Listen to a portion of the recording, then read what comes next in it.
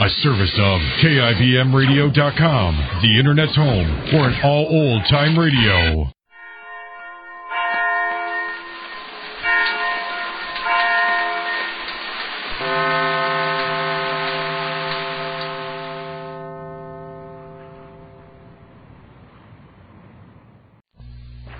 It's Maxwell House Coffee Time, starring George Burns and Gracie Allen.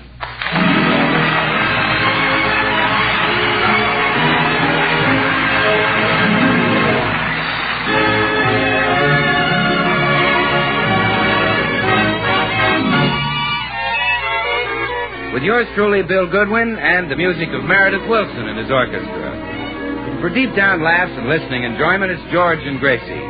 And for deep down coffee drinking enjoyment, it's Maxwell House, with extra flavor in the blend because of choice Latin American coffees skillfully combined. Extra flavor in the cup because Radiant Roast develops the full flavor of every coffee bean. And the result is that today more people buy Maxwell House than any other brand of coffee in the world.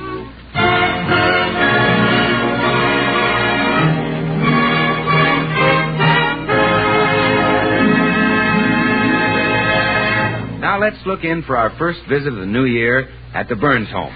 I'm so proud of you, George. You've kept your New Year's resolution for 3 whole days. Well, it's because I've got a strong character. Oh, and such a difficult resolution, to smile and be pleasant to everybody and not let things upset you. I just made up my mind, that's all. Ah, you've been wonderful, dear. When I asked you if I could buy a new hat, you said no with such a sweet smile. That's right. And when I bought it anyhow, you just went quietly into the bathroom and ran cold water on your head. Yeah, I'm a changed man. Nothing seems to bother you at all. Not even last night's terrible dinner. The soup was too salty, the potatoes were raw, and the chops were burned. It's pretty bad, all right. Oh, yeah. But did you get angry? No. You just took off your apron and said, well, I'll do better next time. Well, I just resolved that nothing will upset me. I'm going to smile no matter what. Well, I'm glad to hear that. Even when I stutter, I smile. Yeah. Oh, George, I have some news for you. What? My mother's coming to visit us. Well, George, where's your smile? I'm smiling. But, George, would you rather my mother didn't come? Well, that's... Oh, don't be afraid to tell me. Ours isn't that kind of a marriage. If you don't want her here, just say so. I'll understand. Well, as long as you feel that way, Oh, yeah? Well, she's coming anyway. Look, honey, we don't get along. Your mother hates me. Oh, she does not. There are just a couple of things about you she can't stand. Now, if you changed them, she'd be crazy about you. What couple of things? Your looks and your personality. She's mad about me. Oh, my goodness. All this fuss because my dear, sweet mother wants to visit us. Don't you know that I'm her own flesh and blood? Make it just her blood. When you get her flesh, I'm leaving you. I promise you Mama will only stay with us until the painters finish her new house. When will the painters finish? Well, they can't stop painting until the house is built. They haven't built the house yet? Well, they will as soon as they find a lot. You folks haven't even got a lot? Well, you can't buy one without money. And when will they get the money? Papa should get a job any day now. In other words, your mother drops in on us for around 30 years. I'm sorry, Gracie, but it's either your mother or me. If she comes, I go. You mean I've got to choose between my mother and the man I love? That's it. Well, there's only one choice I can make. Naturally. I'm going to miss you, George. You mean Tata? Well, I won't go. I'm not leaving. Well, I'm sure there's room for both of you. We'll fix up the den for Mother. Honey, look. Los Angeles is filled with returned servicemen looking for a place to stay. Now, if we're going to fix up the den, let's fix it up for one of them. Well, are there really a lot of homeless servicemen? Well, just listen to these ads in the morning paper. Discharged soldier needs home for family. Discharged soldier desperately needs room. Discharged soldier must have lodging. Oh, those poor men. No place to live, and the Army has fired them from their nice jobs. Gracie. Oh, George, you go down to the draft board and see if you can get those men their jobs back. Believe me, that they don't want. Just a place to live. All right. I'll tell Mama to stay in San Francisco, and we'll fix up the den for a serviceman. Now, that's the spirit. Gracie, when the den is fixed... Yeah, no, come in. Good morning, folks. Good morning, Meredith. Hi, Meredith. What's new? Well, I've got a new haircut, George. Went out for one this morning. Well, that's interesting. Yes, I enjoyed it. I usually cut my hair in the house, but it's such a nice day that I went out and cut it in the yard.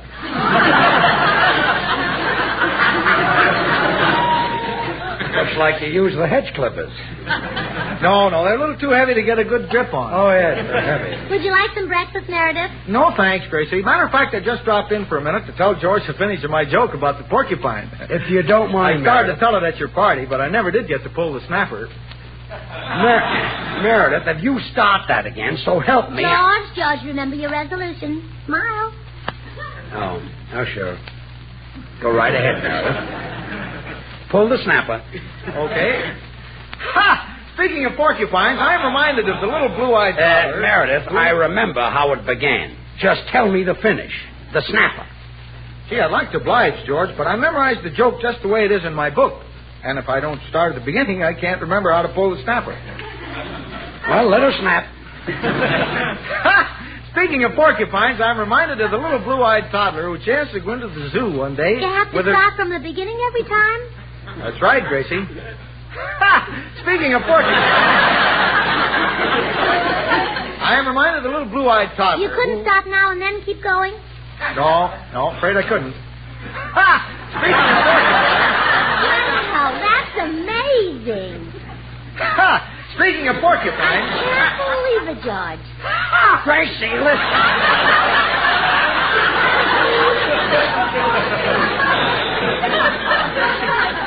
Let him finish before the little blue-eyed toddler grows up and gets married. Oh, I'm sorry. I won't say another word, Meredith.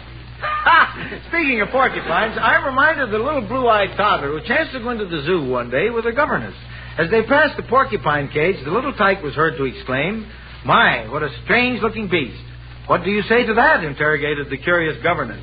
Whereupon the child replied, "Because he has such a...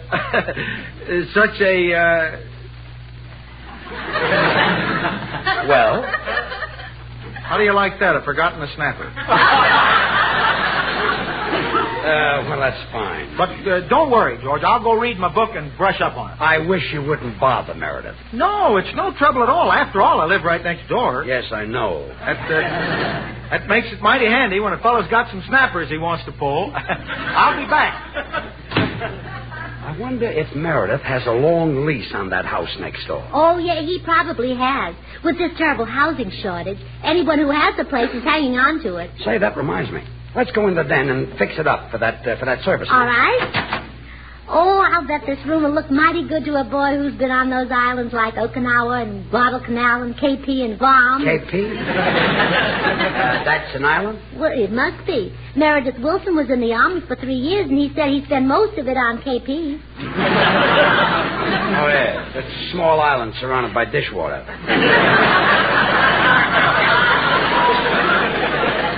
I started to hang these pictures here the other day. Do you think the serviceman will like them? Oh, yes. And I'll run to the market and get some tomatoes to scatter around. What for? Well, I heard dozens of returning servicemen say the first thing they want to do is find a beautiful tomato. Yes, they like vegetables. Just hand me the hammer and nail. Oh, please, George, don't do any hammering. We haven't any iodine to put on your finger. Don't be silly. Give me the hammer. Oh, all right, here. And I'm not going to hit my finger. Who are you calling? Bill Goodwin, to bring over his first aid kit. You're wasting your time. I'm not going to hit my finger. Hello, Bill? Would you rush right over with your first aid kit? George just hit his finger. Ouch! With a hammer.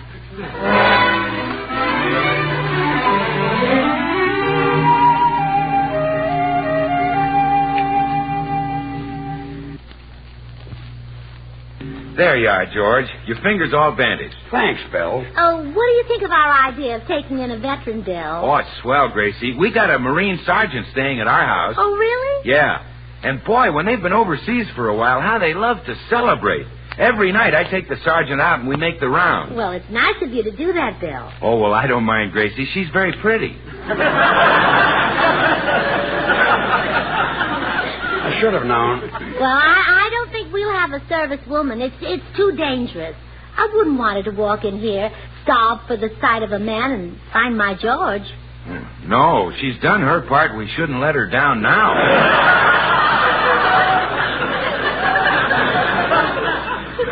There goes the comedian. Well, I'm not anxious to have any lonesome female around, even if she is pretty. She'd probably want me to dance with her and go driving with her, and she might even want to go parking someplace and... Say, that's not bad. Get George! Just kidding, dear. Oh, there's Meredith at the door. Oh, no, not the porcupine again. Look, Gracie, slip out the back way. Run next door to Meredith's and get that joke book of his. Oh, in case he forgets the story again, huh? Yeah, that's it. Now, hurry. Yeah, all right, dear. Hey, shall I open the door, George? Bolt it. Bolt it? Bolt it. Well, okay. What's the big idea? Meredith insists on telling me jokes from that corny book of his. Oh, George, you don't know how poor Meredith feels when you don't laugh at his jokes. What if people didn't laugh when you told it? I guess you do know how he feels. Never mind. Anyone home in there? I'm back with the snapper. Be real quiet, Bill. Maybe he'll go away.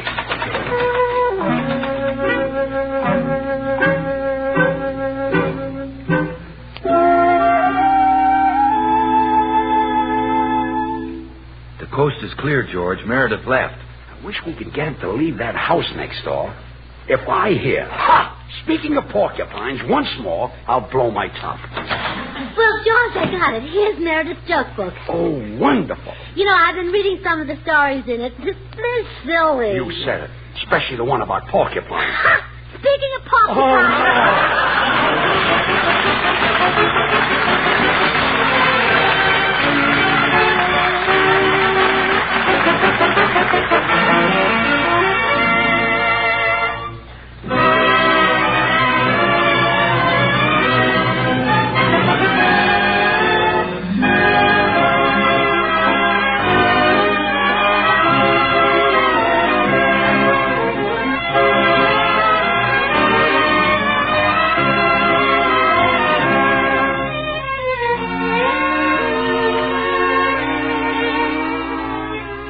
Say, Meredith, don't you think when folks hear that familiar strain, just about everybody knows what you're playing? I'm sure they do, Bill. I think practically the whole world must know the Missouri Waltz.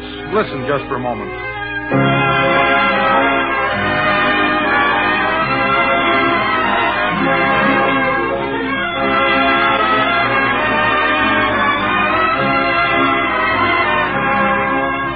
Yes, the Missouri is certainly a name that's just as familiar to American music as the river itself is to the American scene. And you know the Missouri River is part and parcel of so many names rich in American lore. Why, its headwaters are formed by the Madison, the Gallatin, the Jefferson. Then as it winds across the Great Plains, it picks up the Big Sioux, the Kansas, the Osage. All names so familiar to our American scene. And I can't help thinking, too, how today there's another name that's become part and parcel of our American scene, of so many American homes. It's the name Maxwell House, signifying a coffee blend of true distinction, combining these fine Latin American coffees, Manizales for mellowness,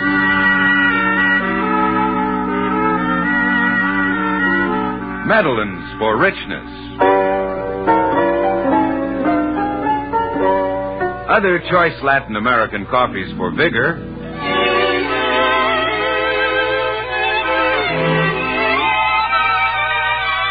and Bucaramangas for full body.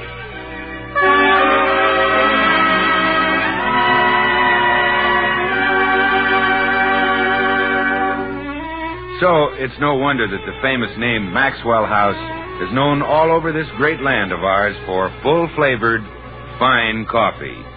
Good to the last drop.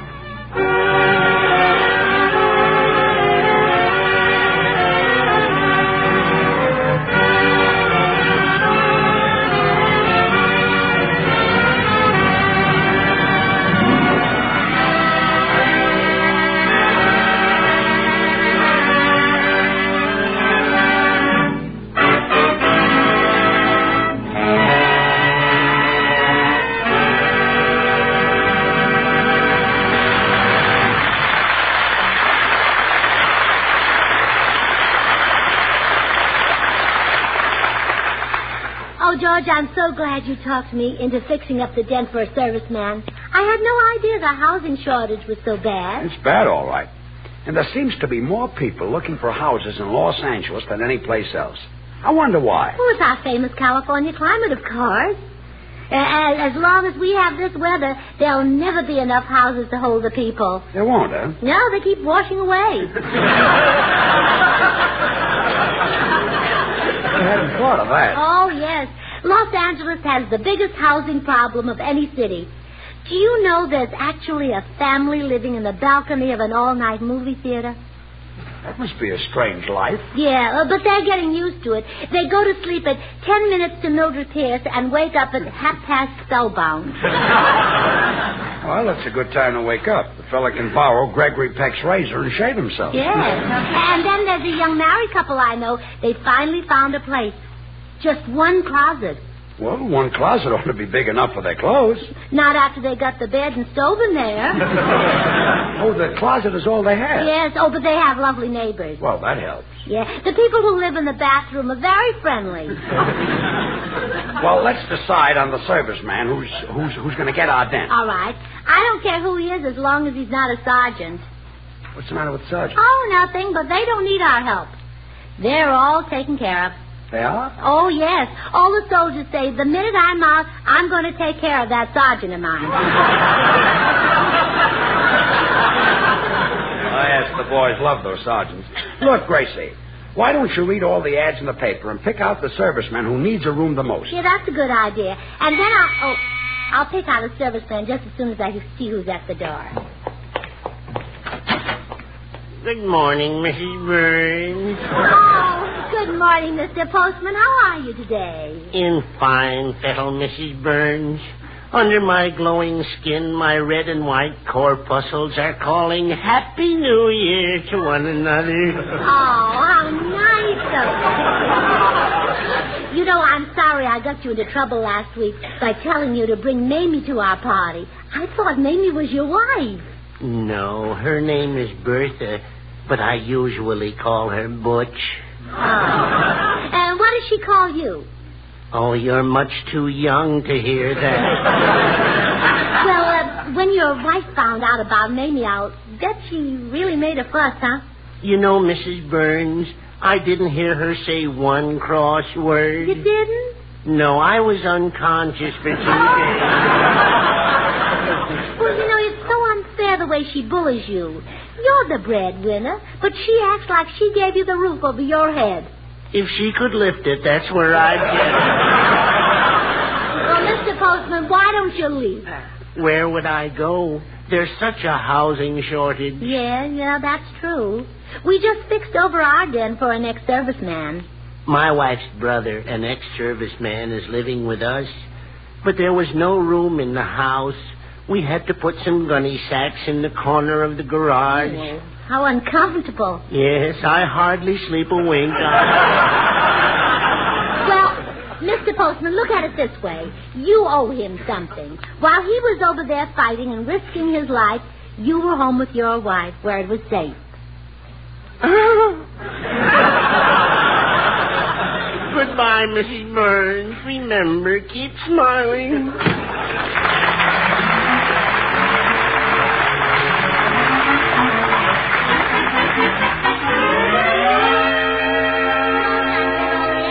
And I found the serviceman who needs a room the most. Good. Now listen to this. Place to live urgently needed by returned soldier with wife, small daughter, baby son, and parrot. But honey, where would they all sleep? Oh, don't worry about that, dear. I figured it all out. The soldier and his wife will take our room. The children will take the den. I'll take the couch in the living room, and we'll hang the parrot's cage in the pantry. And where will I sleep? We'll put an ad in the paper. No, you don't. Oh, well, we'll work that out. Now, listen to the rest of my schedule. In the morning, you get up at 5 o'clock. I haven't been to bed yet. Well, that saves you the trouble of getting up. Now, you wake the soldier. He takes the shower and wakes his wife. She takes the shower and wakes me. I take my shower, and then the soldier's wife bathes the 2 children. How about me? Oh, you're big enough to bathe yourself.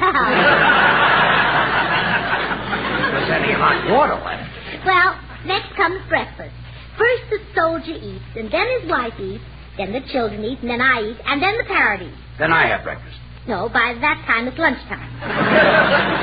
Nice schedule. Now, first the soldier eats lunch, then his wife eats, then the children eat, then I eat, and then the parrot eats. Oh, no, he doesn't. I just ate the parrot for breakfast.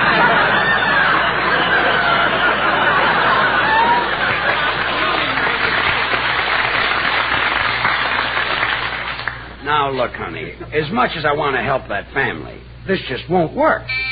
Oh, well, you answer the door. I'll go and try to figure something out. Yeah, do that. Come in. Hello, George. Should have looked first. Say, I was over here a little while ago, but the door was locked. Really? Care to step outside and see if it'll happen again?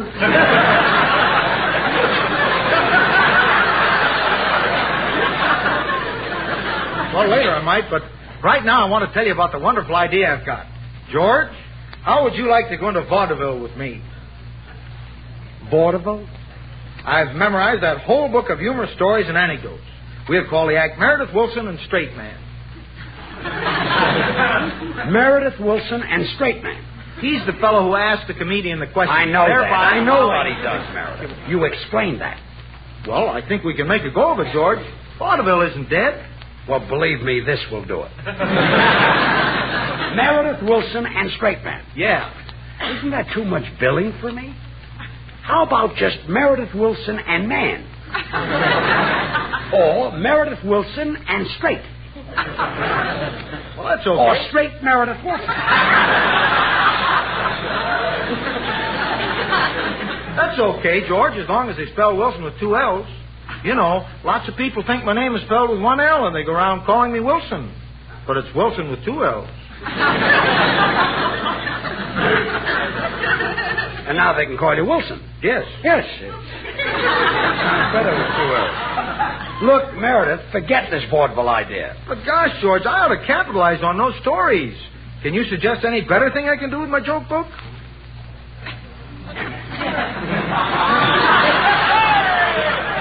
Meredith, believe me, no one wants to hear that Joe Miller collection of yours. Oh, I made up some new ones myself to sort of sprinkle around among the others. Oh, you got a few sprinklers? Yes. For example, I say to you, say, George, do you know what the Marine said when he landed on the island of Caledonia and tried to take it from the Japs? No, Meredith. What did the Marine say when he landed on the island of Caledonia and tried to take it from the Japs? He said, Caledonia, Caledonia, what makes your beachhead so hard?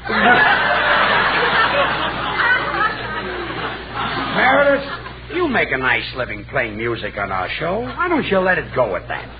Because, George, I feel that no opportunity should be lost to bring a smile or a chuckle to this glum old world. My mother's that way. She gave the world something to laugh at.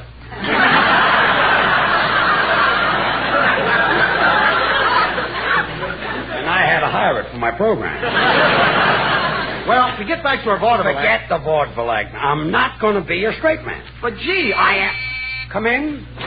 Well, hi, George. There's your man, Meredith. There he is. Bill is going to be a straight man. Straight man for what? My vaudeville act, Bill. I got a humdinger of an opening. We meet in the center of the stage, and I say to you, pardon me, would you give me $10 for a cup of coffee? And you say, isn't that a lot for a cup of coffee? Whereupon I reply, well, I'm a big tipper. Then I walk off the stage and leave you standing there. You're not going to leave me standing there, not after that.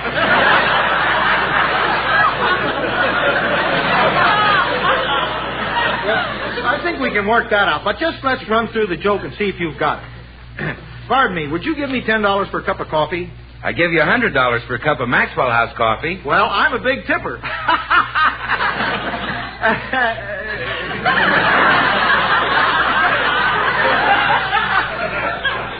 Bill, I don't think it's quite as funny that way. Well, Meredith, I can't help it. You see, that's the way I feel about Maxwell House. I'd give anything for it because Maxwell House is so appetizing, rich, full-bodied, and mellow. Coffee at its full-flavored best, always good to the last drop. Meredith, knowing the way Bill feels about Maxwell House, I'd suggest you change cup of coffee in the joke to donut. Okay, we'll try it that way. Pardon me, would you give me $10 for a donut? I would if I knew a cup of Maxwell House coffee went with it.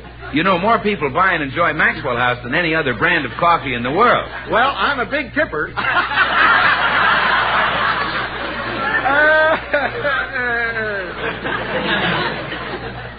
Now, that didn't seem to help it much. I think maybe you're the best straight man, George. Bill, if you don't stop talking about Maxwell House coffee, I'll be back in vaudeville. If I do stop, you'll be back even faster. Look, comedian, why don't you run along and take the jerk with you? Okay, come along, Bill. If Meredith doesn't move out of that house next door, I'll wind up in a straitjacket of all the broken-down jokes. Well, George, I worked out a new schedule. Oh, new schedule. For the serviceman and his family. We'll put the parrot on the back porch, and you get the pantry. How could I sleep in the pantry? Well, you thought it was good enough for the parrot. This may surprise you, Gracie, but men don't sleep like parrots. Have you ever heard of a man spending the night hanging on a bar?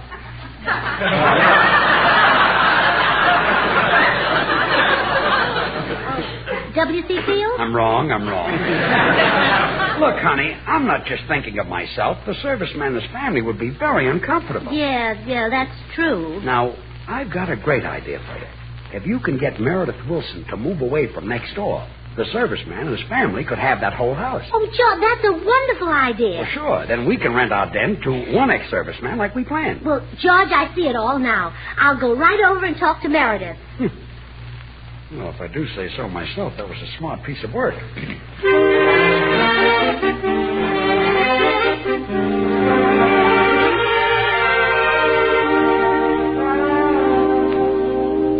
Well, George, I did it. Meredith loved the idea, and he's turning his house over to that veteran and his family. And Meredith is moving out. He's already moved. Gracie, you're a genius. A great, big, gorgeous genius. Oh, I'm not so tall. Now, how can we turn our den over? Now we can turn our den over to some unmarried ex-serviceman. Yeah, well, I'm taking care of that, too. He's out front now. Why don't you help him carry his things in? Okay.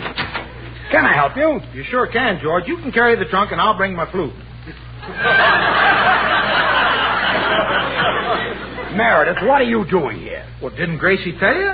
I'm the ex-serviceman who's going to live here. What? Yep, and I know we'll get along swell and have a million laughs. Now, look, now I can tell you the snapper of that story. But, Meredith...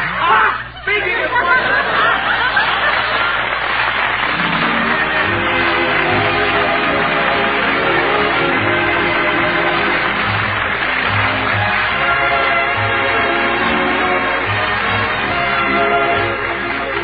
Join us again next week when we'll all be back. George Burns, Gracie Allen, Meredith Wilson and his orchestra, and yours truly, Bill Goodwin. Until next Thursday, then, good night and good luck from the makers of Maxwell House, America's #1 brand of coffee.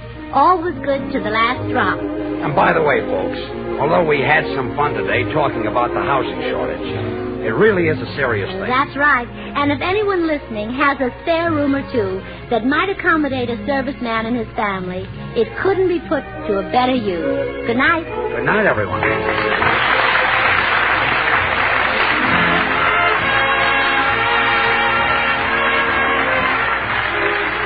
Stay tuned to this station because Dinah Shore's open house is coming on in just a second. Dinah's special guest tonight is Charles Lawton. Oh, goody, goody, Jell-O pudding tonight. It tastes like Grandma's, only more so. You ain't kidding, that's right. And just as Jell-O sticks delicious, locked-in flavors can't be beaten. So the proof of Jell-O pudding's in the eating. The Jell-O twins are hard to find, but keep on looking in your store. When sugar shortages are over, there'll be more. Just a taste of Jell-O pudding or a Jell-O and you know it's the one and only J-E-L-L-O.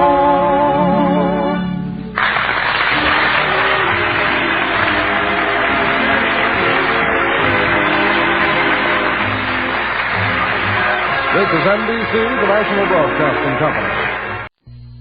It's Maxwell House Coffee Time, starring George Burns and Gracie Allen.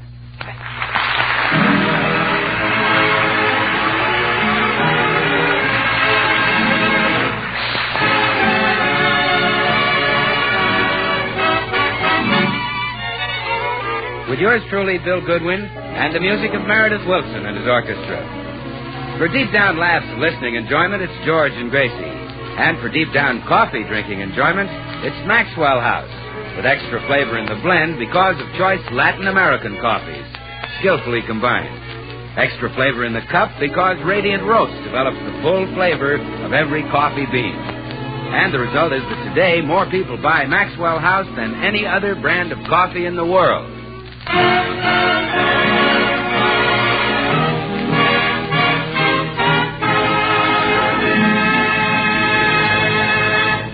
Well, George has had a pretty rough week, what with Meredith Wilson and his joke book occupying the den. But this morning, the little man has decided to be happy come what may, as he strolls into the living room with a song on his lips. Ain't misbehaving all by myself. Ain't misbehaving. I'm happy on the sofa. Honest, he's not suffering. He's really happy. But there is one thing the poor little goon doesn't know. Going on in the den is a meeting of Gracie's club, the Beverly Hills Uplift Society. Unaware of the frightful doom that lies in wait, he cheerfully scratches himself and looks around for his wife. Oh, Gracie, here's your boopsie boy. Boopsie boy. Isn't that revolting? Maybe she's in the den talking to Meredith. No, George, no. Keep out of the den. It's full of uplifters. You're headed for disaster like a duck waddling straight into the frying pan. Waddle the other way, George. Oh, too late. His hand's on the doorknob.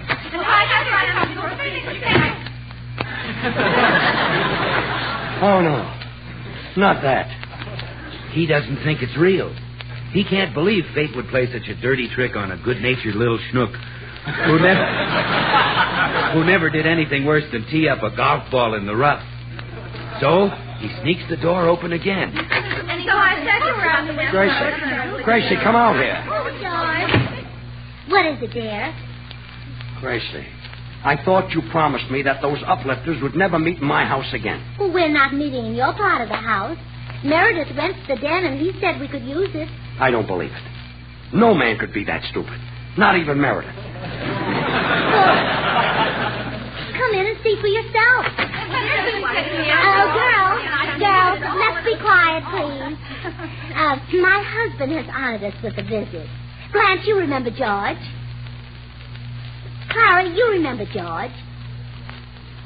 Francis, you remember George. They all remember Yeah, they all remember. Hi, George. Have a seat. You're the one I came in to see, Meredith.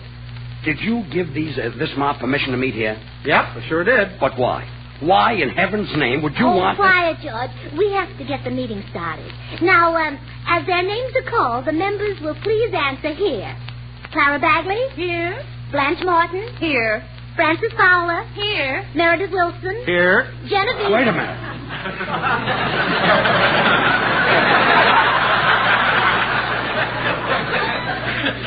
Meredith is a member? We swore him in this morning. But this is a woman's club. Oh, we took care of that. We made him an honorary woman. Well, congrats. Thank you, George.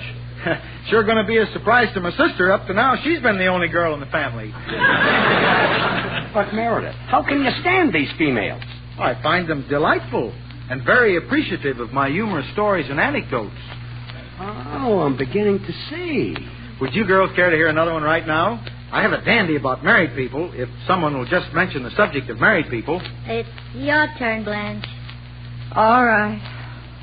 My husband and I are married people. Ha! Speaking of married people, I am reminded of the grateful wife who said to her spouse, "Hubby dear, it's nice of you to send me away for a vacation." Whereupon the sly husband replied, "Yes, I certainly need one." Is that the finish, Meredith? Yeah, it is. All right, girls, let's show our appreciation.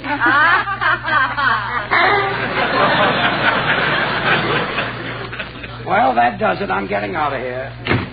Well, now we continue with the meeting. We're here today, girls, to get a report on the club's finances. During 1945, we did many things to make money. First, we gave a play. Money taken in, $47. After the first act, we refunded the money to all those who weren't satisfied. Money paid out, $47. Stupid people. Well,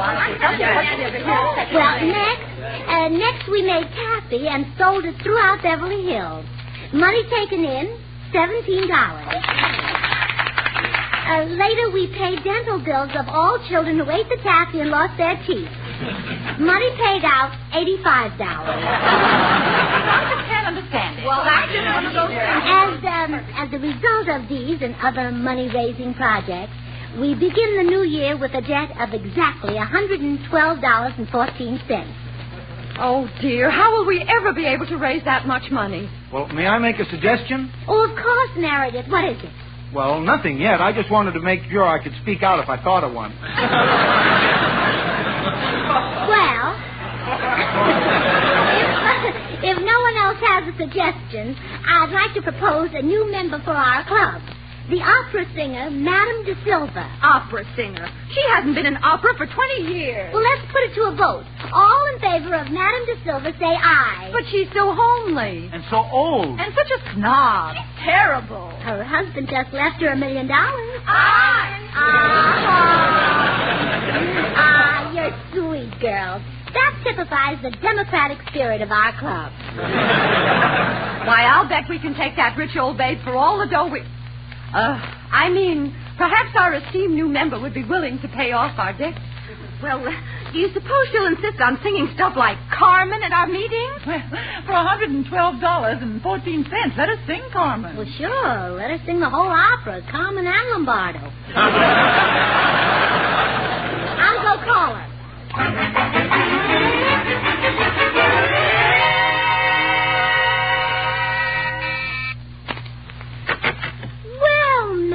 Silva. How do you do, Mrs. Burns? I rushed over as fast as ever my tiny little feet would carry me.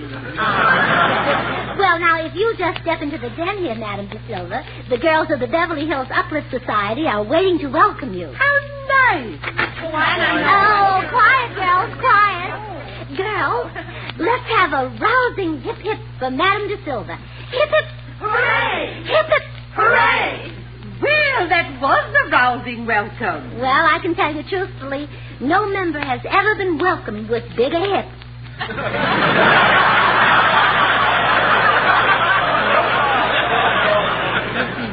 Mrs. Burns, who is that striking-looking member in the mannish suit? That's Meredith Wilson. You'd almost think she was a man if it weren't for her long hair. Well, as a matter of fact... But here I am, starting to gossip, and I'm not even a member yet. I suppose you'd like me to write a check for my dues now. Oh, no hurry about that. How about a speech first? Very well. Girls, thank you. And now the check. How much are the dues? Exactly $112.14. Oh, well, I was prepared to pay $500. Oh, all in favor of raising the dues to $500, say aye. Aye. Oh, that'll be $500, madam. Very well. But before I sign this check, Mrs. Burns, I should like to ask you a favor. Oh, anything at all. As you know, I have a very large operatic repertoire. I wonder if you'd let me put it on the radio. Well, if you insist, but our couch is more your size.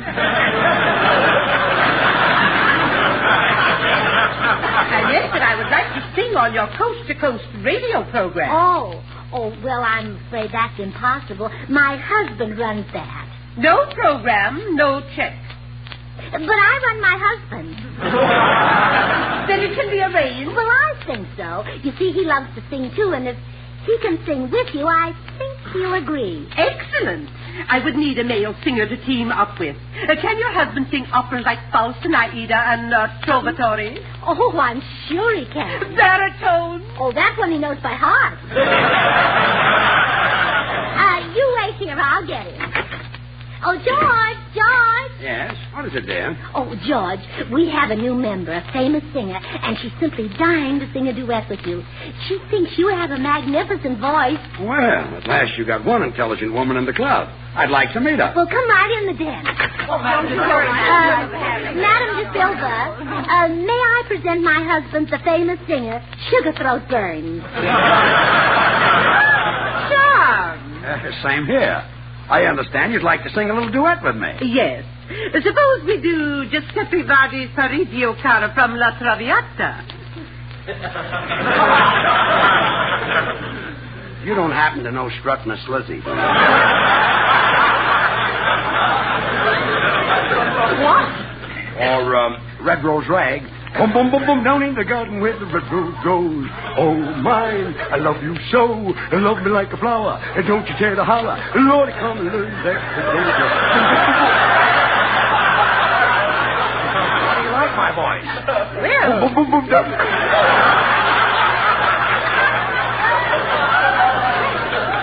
Take my advice. Unless you've got some tobacco to auction off, keep your mouth closed. Now, listen. Besides, I sing only the classics.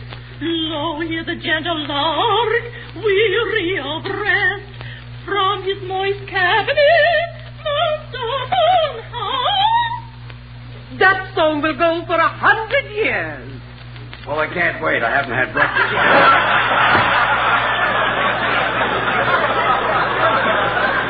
Mrs. Burns, I will sing only if I have a legitimate operatic baritone to complement my own divine soprano. Until such a time as you produce him, there will be no check. Good day. Well, girls, it looks like we'll have to scare up one of those real Italian baritones. Oh, we'll never find one who'd sing with that old war horse. Say, I know an Italian fellow who's quite musical. He'd be glad to do it. Oh, really, Meredith? Yeah. Of course, you'll have to hire his monkey, too. Oh, Meredith. Girls, what'll we do?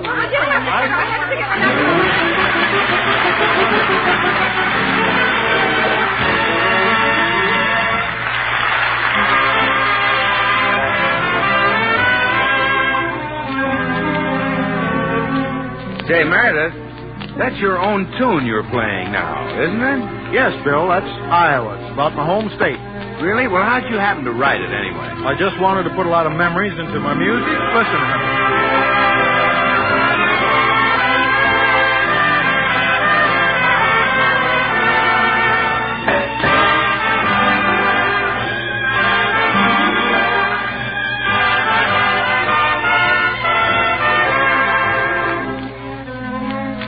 Now, to you, Bill, that's probably just a melody. But to me, it's memories of sumac in September, of the old river bend, and of a boy and girl in a park. Memories of my hometown in Iowa. Well, Meredith, your musical picture reminds me that your little town in the Midwest is typical of so many pleasant small towns all over the land. And just as they're an important part of friendly living in America, so too Maxwell House Coffee has become a part of good living in the American scene. For today, in homes where fine coffee is appreciated, the choice is most often Maxwell House. And just as your melody picture is a fine blend of orchestral harmony, so rich Maxwell House is a full flavored blend of these Latin American coffees. Manizales for mellowness.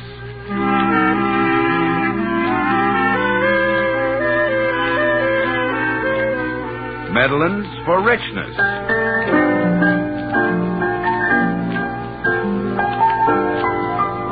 Other choice Latin American coffees for vigor.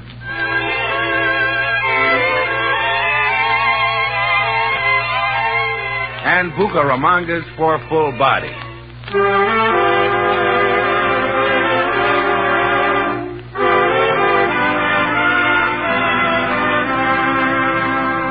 And the result is true harmony in a cup of coffee. It's Maxwell House. So good to the last drop.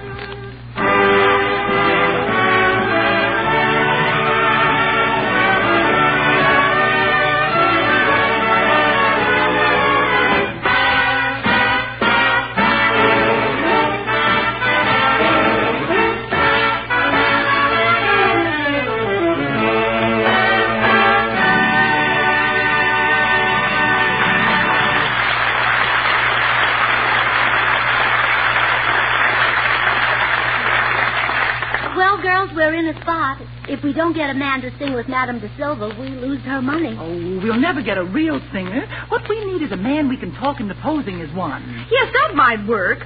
A conceited man who likes to be flattered. A man who's attractive but not very bright. A sucker. Hello, girl. Why, Bill Goodwin, we were just talking about you. Really? Well, yes. We were picking the handsomest actor in the movies, and naturally your name came up. Oh, well, Gracie, I wouldn't call myself the handsomest actor in the movies. No? Well, no, you see, I appear on the radio, too.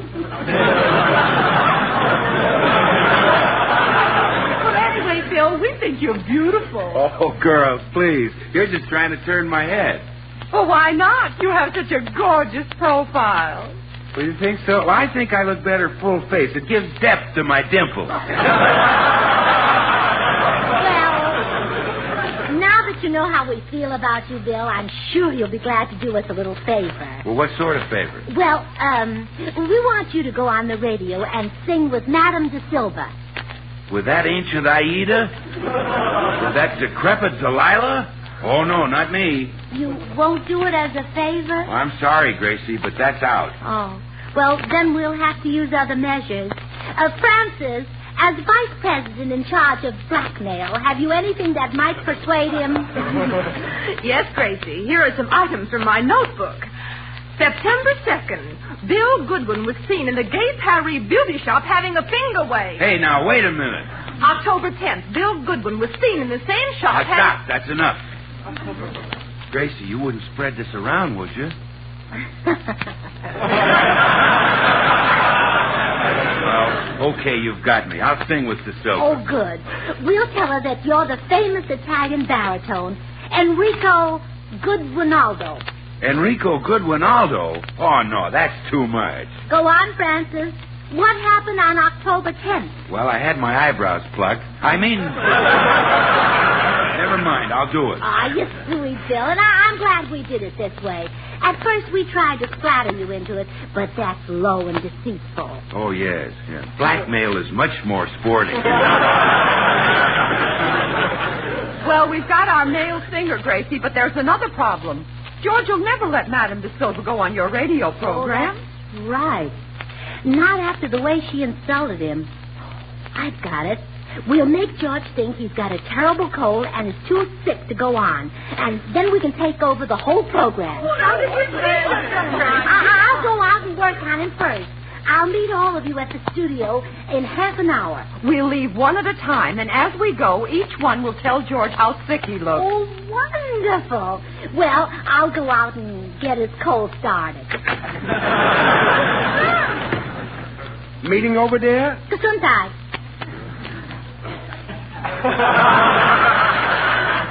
Huh? I said Gesundheit. What? You sneezed. I did? Didn't you hear it? No. Goodness, your head is really stopped up. Gracie. Gesundheit. Gesundheit? Oh, you heard that one, huh?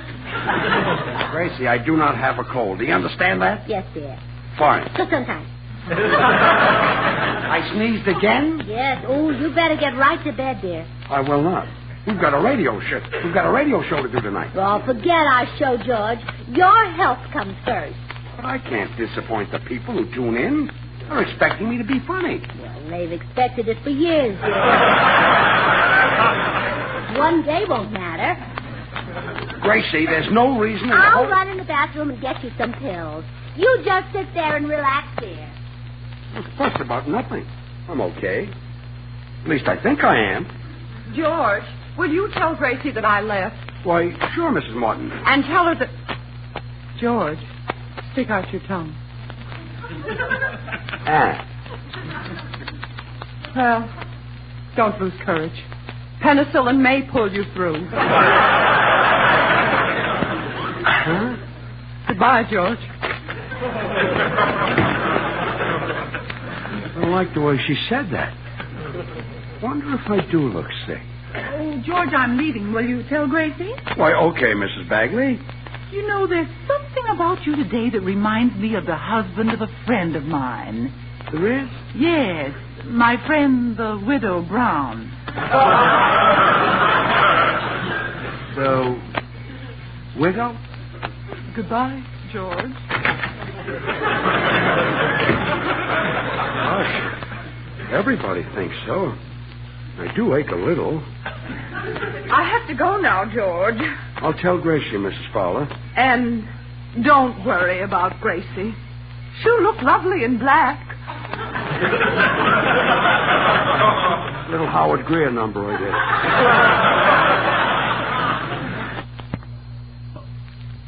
Goodbye, George. I never felt this bad before in my life. Maybe it's my blood pressure. I'm going out for a little while, George. Okay, Meredith.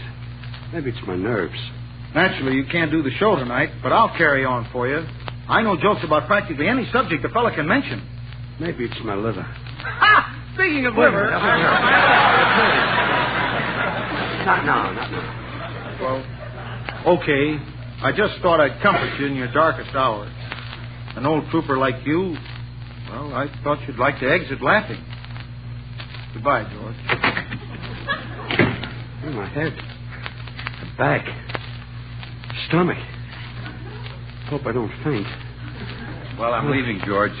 Is there anything I can do, even if I'm not a surgeon? Nothing, Bill. Nothing. Before I go, I want you to know I was always fond of you. Thanks, Bill. You were a good guy, George. I was? Yeah, and I hope your suits will fit me. Goodbye, old pal. Gee, and I was so young. Well, I'm back with the pills, sweetheart. Here, swallow them. Would you drop them in my mouth? I don't think I could lift them. Certainly, dear. There. Now, I'll go down to the studio and do the broadcast. Goodbye. Gesundheit. Again I did it?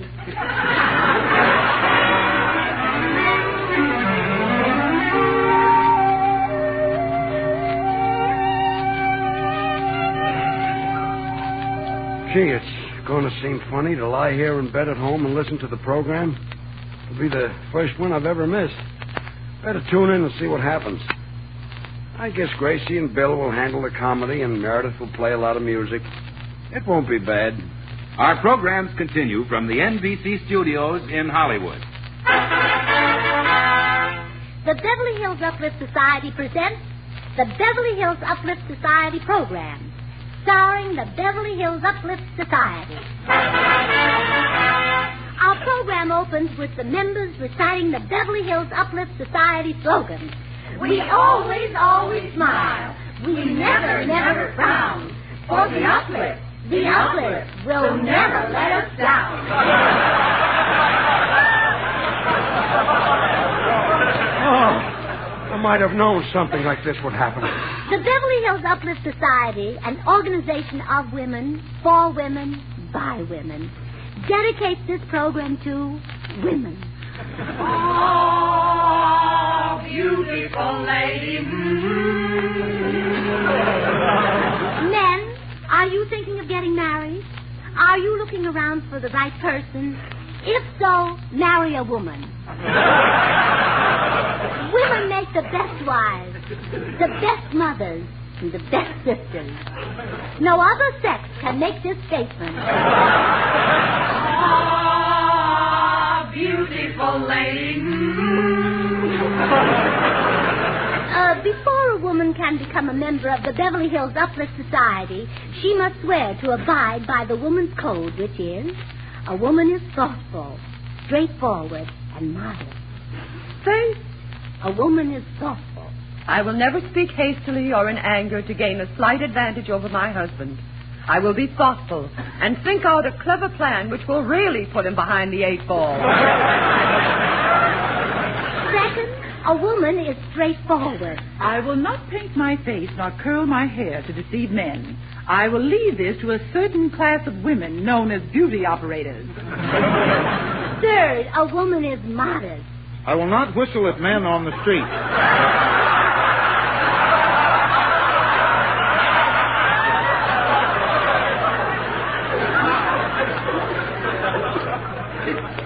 I will not straighten my stocking seams on a busy corner, nor tug at my girdle in public.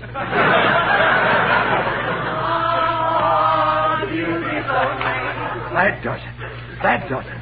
They made me believe I was sick so that they could take over the show. Well, those hens aren't going to lay their eggs on my time. Where are my shoes?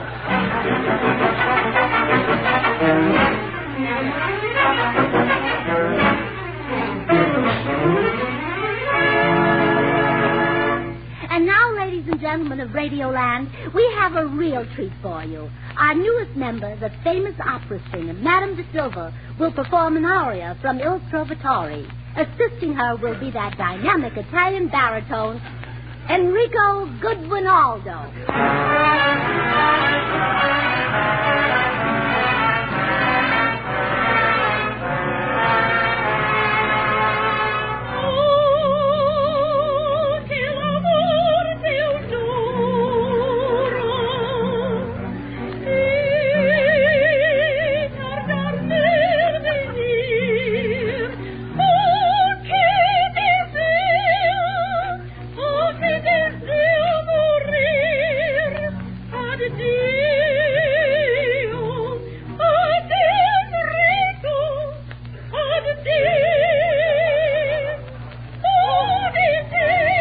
Maxwell House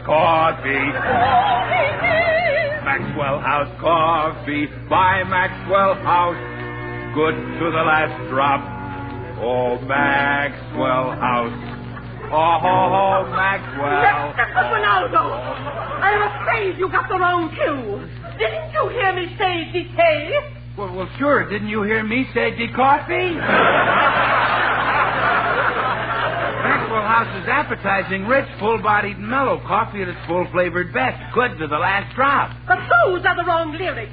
This opera is in Italian. Oh, well, I was translating into English. If you don't mind, let's sing it in Italian. Very well. I'll sing in Italian. Maxwell House of Coffee. Maxwell House of Coffee. Mr. Ronaldo! The Italian, please! That's the one of a spin of you!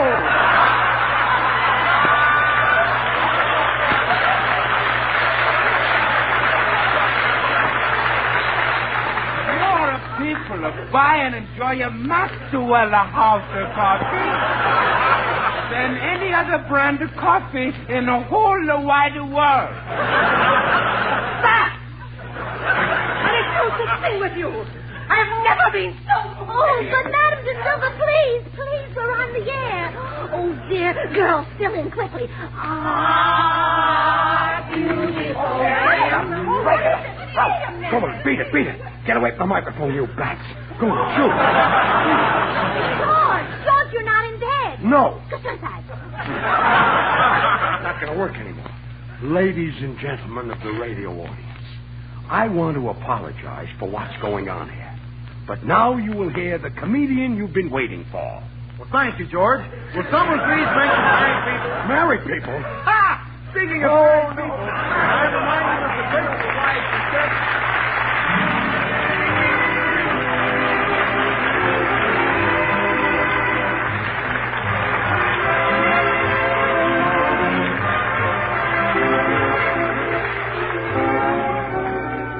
Until next Thursday, then, good night and good luck from the makers of Maxwell House, America's #1 brand of coffee, always good to the last drop.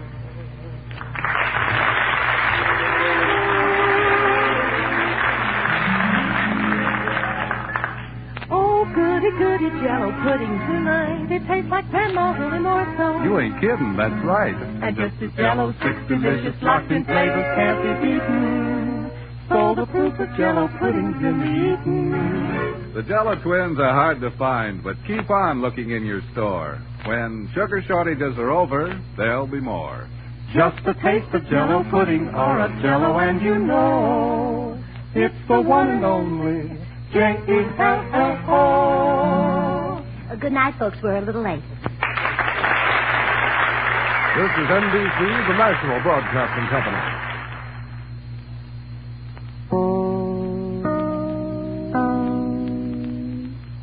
Starring George Burns and Gracie Alice.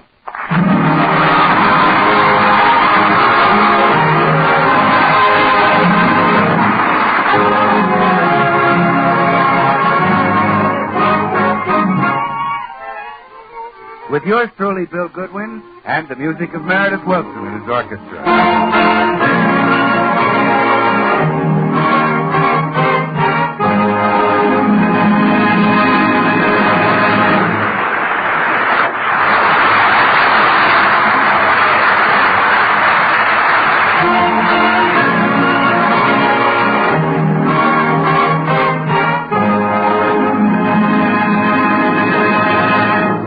Well, it's morning in the Burns home, and George has just come down to breakfast. How about a little food, dear? All right, George, but first there's something I'd like to ask you. What? Well, our radio show goes on this evening, and my club, the Beverly Hills Uplifters Society, would like to take it over. Oh, no. You sneaked those dames on our program last week, and they set radio back 50 years. Now, that's not fair, George. We simply made a few changes. Some program. Everybody's laughing at them. Well, you see, that's one of the changes we made. Forget it. But, George, the girls are simply dying to get on the air. And let them fly around with the other bat.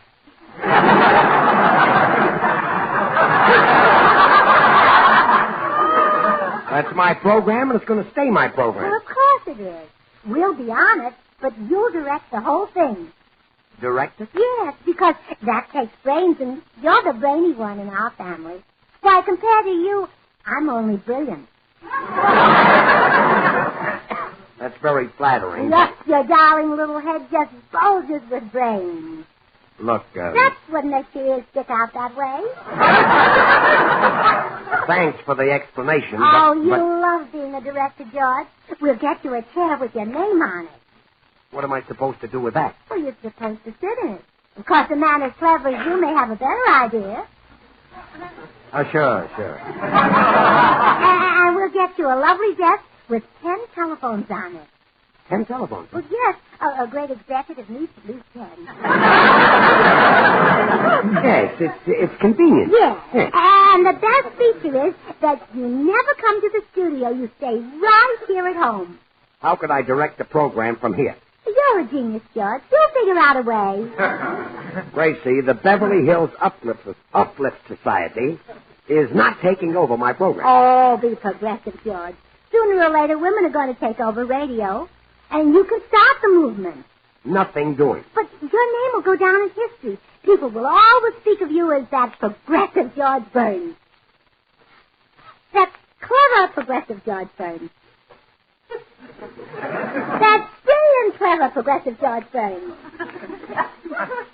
Dynamic? Scintillating?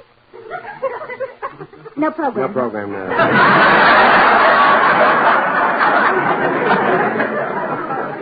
And not only do I want those dames kept off my program, but I don't want you to keep... I don't want them in the house. Oh, yes, dear. Every time they meet here, they come into the kitchen before I awake and gobble up all the bacon and eggs. Yes, dear. And now I'm ready for my breakfast. Yes. What would you like? Bacon and eggs and a piece of toast. I'll get you a piece of toast. You mean... They're in the den. Well, get those dames out or I'll throw them out. You can't, George. Meredith Wilson rents the den, and he said we could meet there. Yeah. The poor jerk lets them meet in his room because they laugh at his terrible jokes. Why, you women even took him into your club. It was perfectly legitimate. We made him an honorary woman. Okay, you run along and break that meeting up as soon as you can. I'll fix my toast and have a piece of cheese with it. Oh, that reminds me, dear. Our new member, Madame De Silva, doesn't like bacon and eggs. Don't tell me she ate the cheese. Yeah. Well, I'll see you later, dear. Quiet, dear. Quiet, please.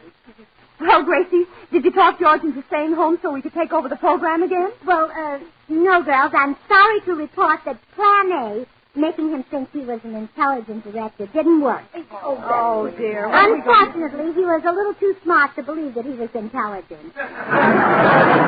What a shame. And we had such a cultural half hour all prepared. Yes, I was going to sing 30 or 40 songs. Well, fellow members, I guess it's up to me to clear away the gloom with a little joke. I got a pipperoo about brides, if somebody would care to mention the subject of brides. Your turn, Madame De Silva. Very well. Many years ago, I was a bride. Ha! Speaking of brides, I am reminded of the recently married gentleman who said to his bride, "Sweetheart, there's something wrong with this pudding you have prepared for me." Whereupon the perplexed bride responded, "There can't be. The cookbook says it's perfectly delicious." Is that the finish, Meredith? Yeah? All right, girls, let's show our appreciation. See, I knew it was a pipperoo. Say, girls, there must be some way to keep George out of the studio this evening so we can put on our show. Plan A was a failure, so let's get to work on Plan B. Any suggestions? We might give him something to make him dopey. Nature beat us to that one. Any other suggestions? I don't know.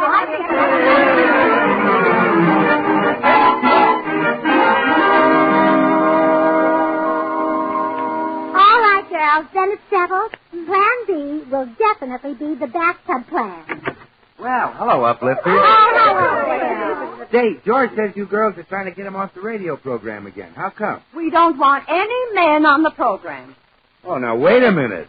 You can't get rid of me, you know. I represent the sponsor. You can't go on the air without me. Say, that's right. How can we get around this? Well, there's only one way. We'll have to make Bill an honorary woman, too. Then he can join our club. Oh, no. I don't want to be a woman. Not me. But women have lots of fun, Bill. Don't the women who go out with you have fun? Well, sure, but that's just it. If I'm a woman, I won't be able to take myself out. And if I can't go out with me, what's the fun of being a woman? Oh, Bill, won't you change your mind? You like being a woman? Sure you will. Ah, come on, be a woman. Yeah, join us, Bill.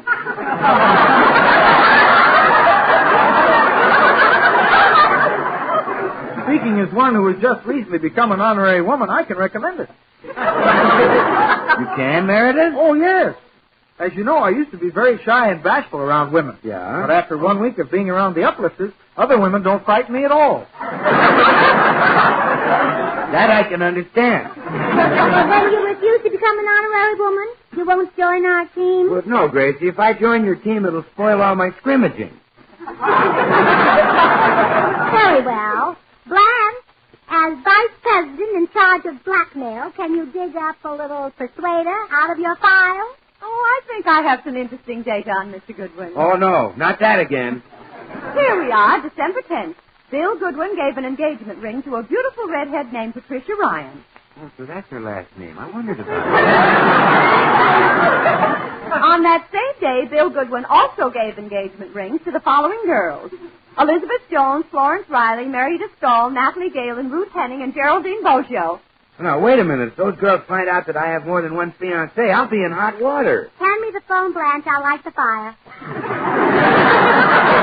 Oh, have a heart, Gracie. Natalie Galen's father's a big game hunter. He'll shoot me. Don't worry. You look very fetching on the wall of his den. Yes, you'll be the first Hollywood wolf ever struck. Okay, you got me. I'll join your club. Ah, that's a good boy. You like being a woman, Bill. Oh, yes. You're also sweet and gentle and kind. Yes. Now, here's a copy of the Beverly Hills Uplifters Society Oath of Allegiance. Raise your right hand and read it. Holy smoke, this is going to change my whole life. On my honor, I do solemnly swear that henceforth women will come first with me. Isn't going to be as big a change as I thought. Please, madam, this is a solemn occasion. Read on. I do hereby agree to share with my sister members of the club any and all treasures, such as my beauty secrets, silk undies, and pre-war girdles. Oh, now, wait a minute, Gracie. I don't have to swear to that, do I? Well, no, I guess not. Well, that's good. I don't mind sharing the beauty secrets, but I'm running awful low on the other two. Read on. And last, I do hereby declare that my great objective in life shall be that of every woman. Oh, no, I can't read this. Hand me the phone, Blanche. Okay. My great objective in life shall be that of every woman, motherhood.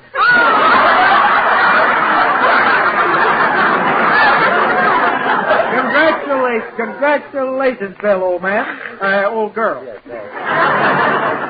now that Bill is a full-fledged member of the Beverly Hills Uplifters Society, he can help us put across Plan B. What's Plan B? That's our next plan to keep George from showing up at the radio broadcast so we can take it over. Yes, under Plan B, George winds up in the bathtub and all his clothes are gone. Oh, but that's a low, mean trick, Gracie. That's underhanded stuff. Surely we wouldn't do a thing like that. He hasn't been a woman very long, has he?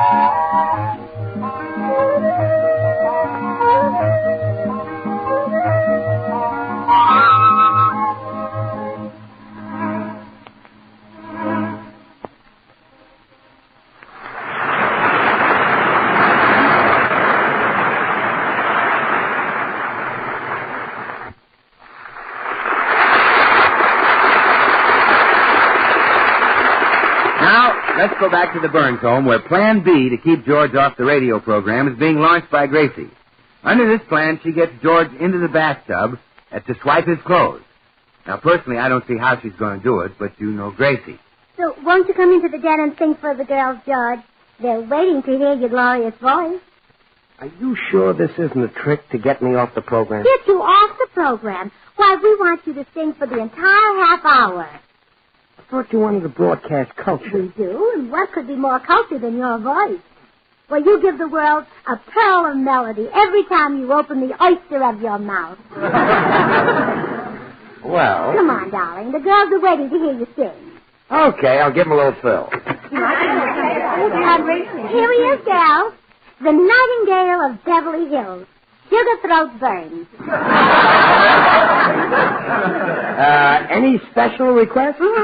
Sing Ain't Misbehavin'. I'm sure all the girls will swoon when they hear that, won't you, girls? Okay. Ain't misbehaving. Wait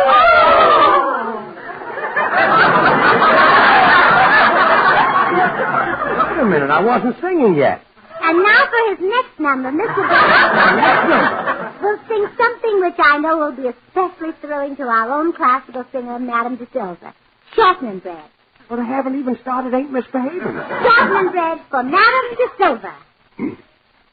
Mammy's little baby loves shortening. Mammy's little baby loves shortening bread.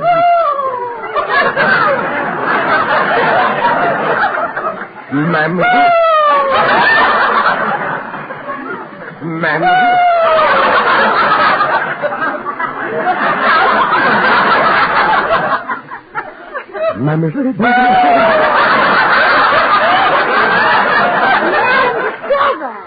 Control your ecstasy. That was not ecstasy. What? It was joy, dear. That's much louder than ecstasy. But you were better than Nelson Eddy.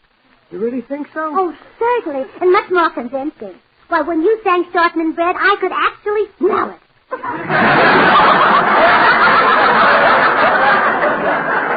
The same goes for Ain't Misbehaving. Gracie, how does this get him into the bathtub so we can grab his clothes? Well, you see.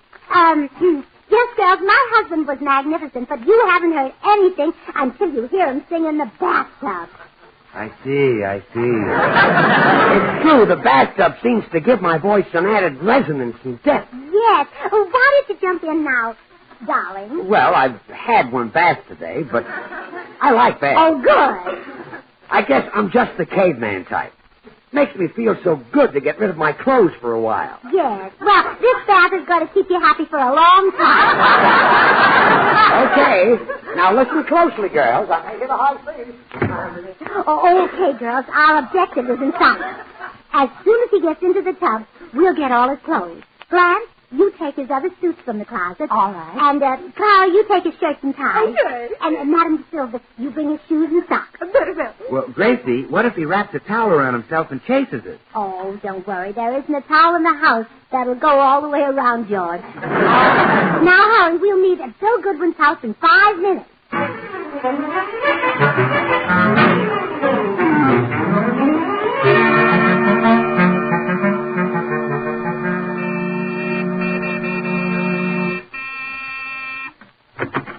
Good afternoon, Mrs. Burns. I've been ringing your door buzzer a long time. You look awfully old and tired today, Mrs. Burns. I'm not Mrs. Burns. I'm Mr. Burns. But you're wearing a dress. I know I'm wearing a dress. That's all the clothes I could find. My goodness, I didn't know the shortage of men's clothes was that bad. Look, Mr. I hope the returning servicemen won't have to wear dresses. The poor fellows won't know who's whistling at who. You don't understand, Mr. Postman. I have clothes, but my wife took them. Oh, I see. She did it with the help of her club. I'd give anything to break it up. I know how you feel. I finally broke up my wife's club. You did? How? She hit me too hard over the head with it. I don't mean that kind of a club. I mean a collection of women called the Beverly Hills Uplifters Society. Oh, but why did they swipe your clothes? They want to take over my radio program. Naturally, I can't do a broadcast in just my underwear. You're right. Let's not kill television before it gets started. Well, those dames haven't outsmarted me. I called NBC and told them not to let any women in my studio tonight. A shrewd move. Well, we can't let women get the upper hand. We men are masters, and we're going to stay the masters.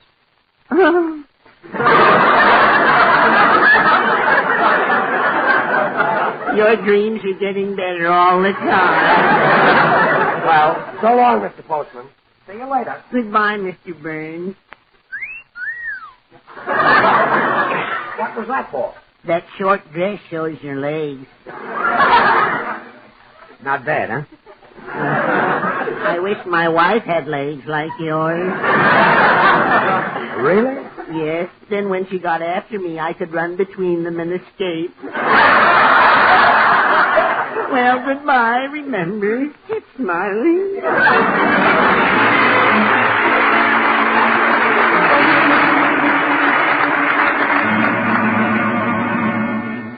Well, girls, are you all comfortable? Oh, yes. Charming little place you had, Bill. Oh, thank you. I like the way your walls are simply covered with pictures. Oh, there must be hundreds of them. Well, yes, Miss Morton, but they're not so good. I'm having some better ones taken next week. Well, now that you're one of us, Bill, we can tell you that taking over George's program is only the beginning. Really? Yes. According to our plan, women will gradually take over all the programs. No. Well, how can women fill the place of singers like Crosby and Sinatra and Haynes? Oh, that's easy. The place taken by all three of them can be filled by Kate Smith alone. You're so right. But you'll have to replace the classical singers, too, Gracie. What about John Charles Thomas? We'll replace those three with the Andrews sisters. Well, you're really crowding the men right out of the picture? Yes, there'll only be one exception. Phil Spitalny's wife will be allowed to have an all-boy orchestra. Well, I suppose that's only fair. However, you mustn't think that our motives are purely selfish. When we take over radio, we will benefit less fortunate women. How? Well, the Old Maids of America will sponsor a quiz program for male contestants. If a man misses a question, he has to marry one of the sponsors. And the questions won't be easy. Isn't that a wonderful plan? We'll call the program Take It and Love It. Wait a minute. Suppose the guy isn't happy with it. Well, then he can tell his problem to Madam Anthony. Well, you certainly have figured all the angles. Yep, we're tired of it being a man's world. And when we women take over radio, it'll be run smoothly and efficiently. No quarrels, no jealousies, no dissension. Sounds great. Well, now, let's decide what each of us will do on the program this evening. Madam De Silva, what will you contribute? I intend to sing the bell song from Lakshmi. Why don't you sing a song about the Liberty Bell, dear? Why? Would that suit my voice better? Yes, it has a clock in it. You tone-deaf ignoramus. Item 1, solo by Madam De Silva. Now, what will you contribute, Clara? Well, I thought I'd give a talk on fashion trends. I design all my own clothes, you know. Did you design that peculiar garment that you're wearing? Yes, and what's peculiar about it? It resembles a tent pitched by a very young Boy Scout. Why, you dowdy old frump. Item 2, fashion talk by Clara Babbitt. Now, what about you, Blanche? I'll give a Shakespearean recitation. You? Why not? When I was a girl, I learned everything Shakespeare wrote. When you were a girl, he hadn't written much. Why, you illiterate hillbilly. Item 3, Shakespearean recitation by Blanche Morton. Now, you see how smoothly we're getting things, Bill? Yeah, fascinated, Grace. Now, let's run through the opening. Okay. Bill, you read the announcement. All right, Gracie. Presenting the Beverly Hills Uplift Society and radio's first all-woman program. Oh, beautiful lady. Women of the world, arise. Let us shake off the chains of slavery and build a better world. A world in which there will be no men, just women and children.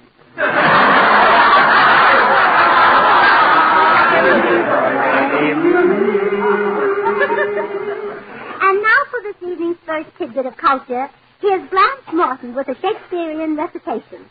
The quality of mercy is not strange. It droppeth as a gentle rain from heaven. Upon the place beneath it is twice blessed. It blesseth him that gives and him that takes. Is mightiest of the mightiest. Just a minute, please, Mrs. Morton. Who would listen to that? Oh, come in. Good afternoon, Mr. Goodwin. Here's your mail. Oh, well, thank you, Mr. Postman. Say, I guess you're kind of surprised to find a dozen women in my house, huh? Yes, that's not as many as usual. Mr. Postman, I don't suppose you saw anyone in my house. Oh, I saw your husband, Mrs. Burns. Well, how could that be? You couldn't see the tub from the front door. Yes, I could. He's the one who opened this. I meant my husband was in the bathtub with no clothes. Oh, he put on one of your dresses. Oh, good night. George can't wear my dresses. Those shoulders are too narrow. Really? Certainly, the dresses slide right over them. Well, come on, girls. Let's get to the studio and do the broadcast. Yes. Just a moment, ladies. I'm afraid it's no use. Mr. Burns told NBC that no women were to be allowed in his studio tonight. Oh, well, that does it. We might as well take George's clothes back. George's clothes? That's it. We'll put on his clothes and walk right in. But, Gracie, even in a suit, my figure won't look like a man. Well, we'll pad you a little, dearie. Now, just a minute. Girls, hurry and put on George's suit. We'll go into the studio as men. Well, goodbye, fellow, well, whatever you are. Remember, keep smiling.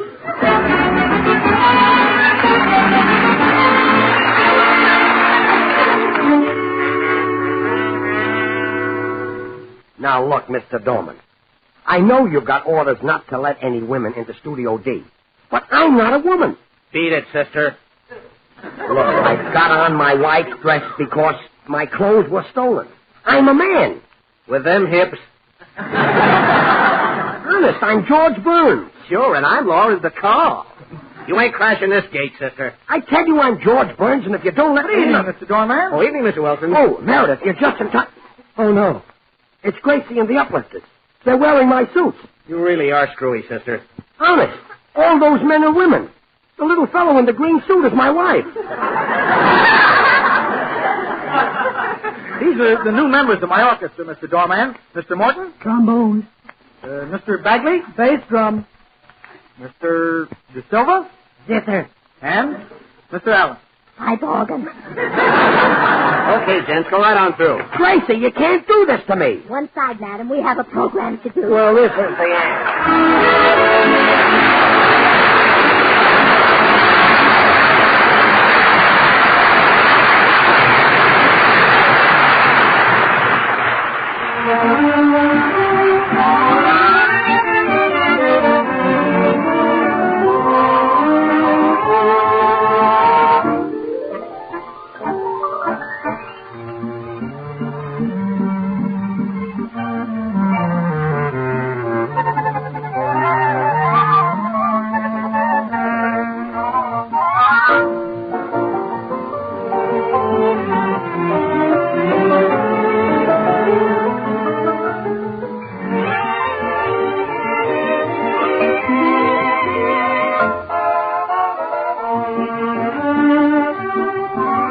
This is Bill Goodwin speaking.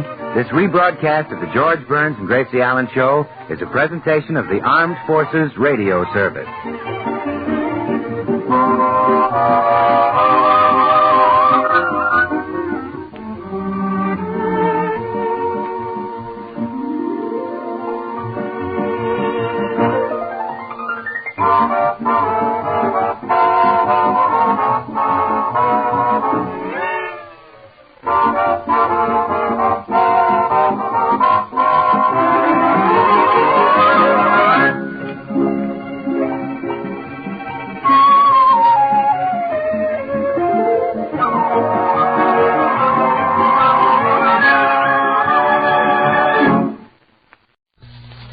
It's Maxwell House Coffee Time, starring George Burns and Gracie Allen.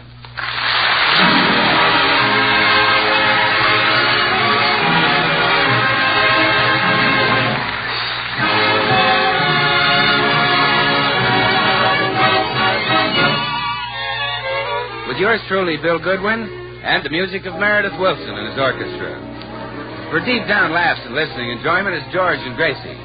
And for deep down coffee drinking enjoyment, it's Maxwell House. With extra flavor in the blend because of choice Latin American coffees. Skillfully combined. Extra flavor in the cup because Radiant Roast develops the full flavor of every coffee bean. And the result is that today more people buy Maxwell House than any other brand of coffee in the world.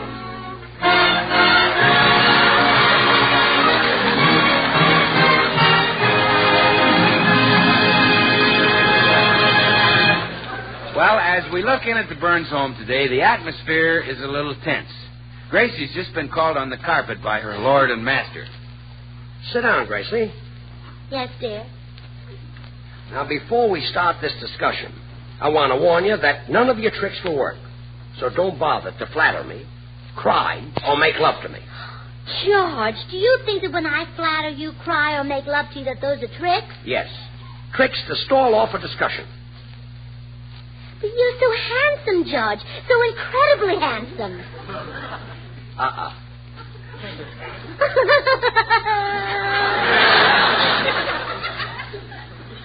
Kiss me, volcano lips. Okay, let's start the discussion. Okay. Now, Gracie, marriage is based upon the principles of give and take, share and share alike, compromise. Yeah, I know, Dolly, and that's the way I try to live it. When I go to the movies and you want to go to sleep, we compromise. You sleep in the movies. Yes, you're sweet that way. But the problem I want to talk to you about right now is bigger than movies. Oh, I know what it is. You want to ball me out for bending the fender on the car. Well, go ahead. I deserve it. When did you bend the fender on the car? You didn't know I did it? No. Oh, what a sneaking little informer I turned out to be. We'll take care of that later. Right now, I want to talk to you about Meredith Wilson. Meredith Wilson? Yes. 4 weeks ago, you rented our den to him. And since then, he's been driving me out of my mind with those jokes of his. Gracie, he's got to go. Oh, but Judge, Meredith is so sweet. But he's such a jerk.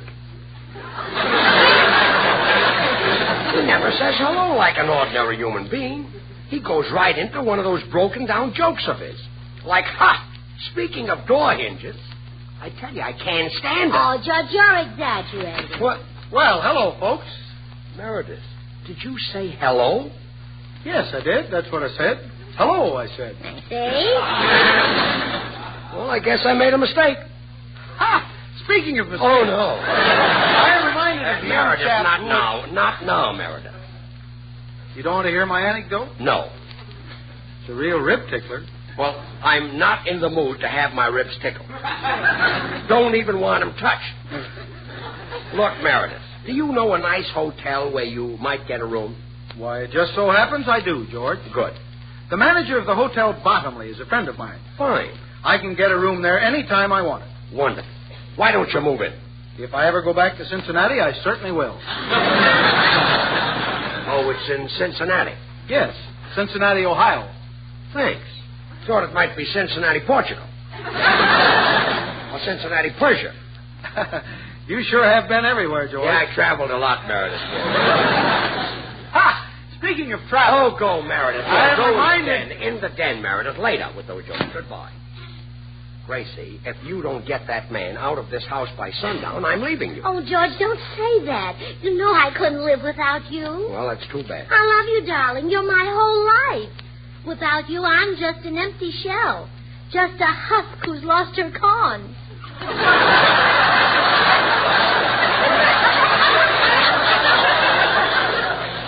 I can't help it. Oh, please, George, say you didn't mean it. Beat me, but don't leave me. I'm leaving. All right, leave. But come back now and then and beat me. Well, goodbye, Gracie. I'm not... Come in. Hi, Burnses. What's new? Oh, Bill, our home is breaking up. Really? Why? Could you stand it in the same house with a dope who does nothing but tell bad jokes? Well, no, George, I couldn't, but Gracie loves you.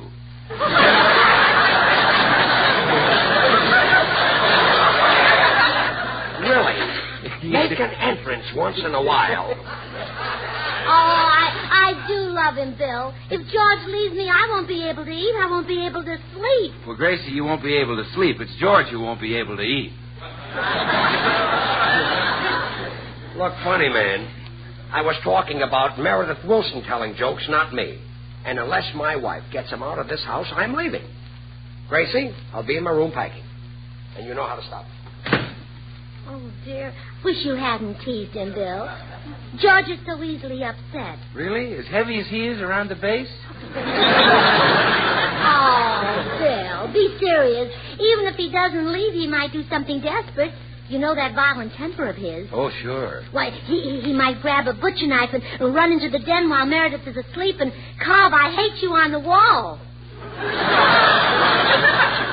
Yeah, the little man's a tiger. Yeah. Well, I'll just have to make Meredith leave. Here goes. Meredith. Yes, Gracie? Meredith, That is, you... Well, you see, you've just got to... Yes, Gracie? Meredith, don't look at me like that with those big, wet, brown eyes. Oh, they look so frightened, like a cow who sees the farmer coming in with a milk pail and cold hands.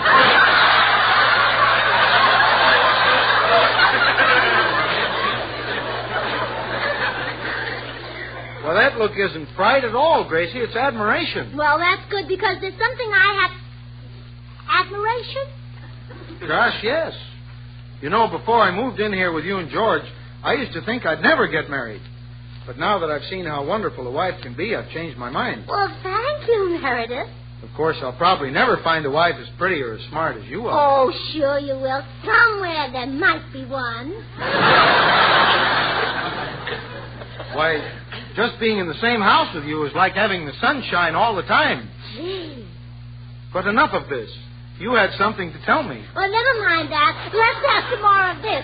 What did you say? Let's have some more of this. Well, no, really, Gracie, what did you come in here to tell me? Well, I came to tell you... Yes, Gracie? I came to tell you that you'll have 2 extra blankets on your bed tonight. Well, Gracie, did you tell him? Oh, gee, I couldn't, George. I just couldn't. Did you ever see his eyes? He looks like a cow. Well, tell him to leave a pint of half and half and get out of here.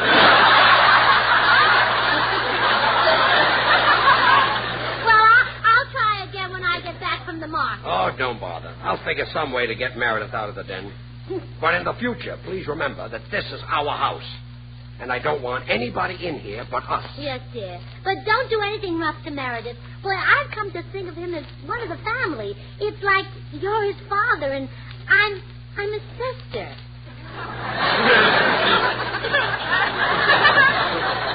Run along, sis, and do your marketing.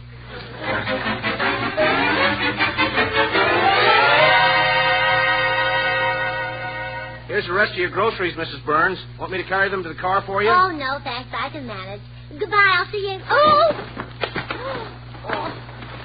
Oh, I'm sorry, ma'am. Oh, well, why don't you look for Kay Kyser?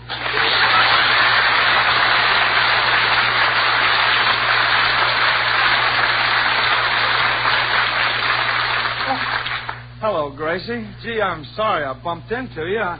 I'm just so tired I don't know where I'm going. I haven't slept a wink in 4 nights. Oh, you poor man. You've probably been studying your music too hard. Oh, I don't study music, Gracie. I don't have to know anything about it. I'm a leader.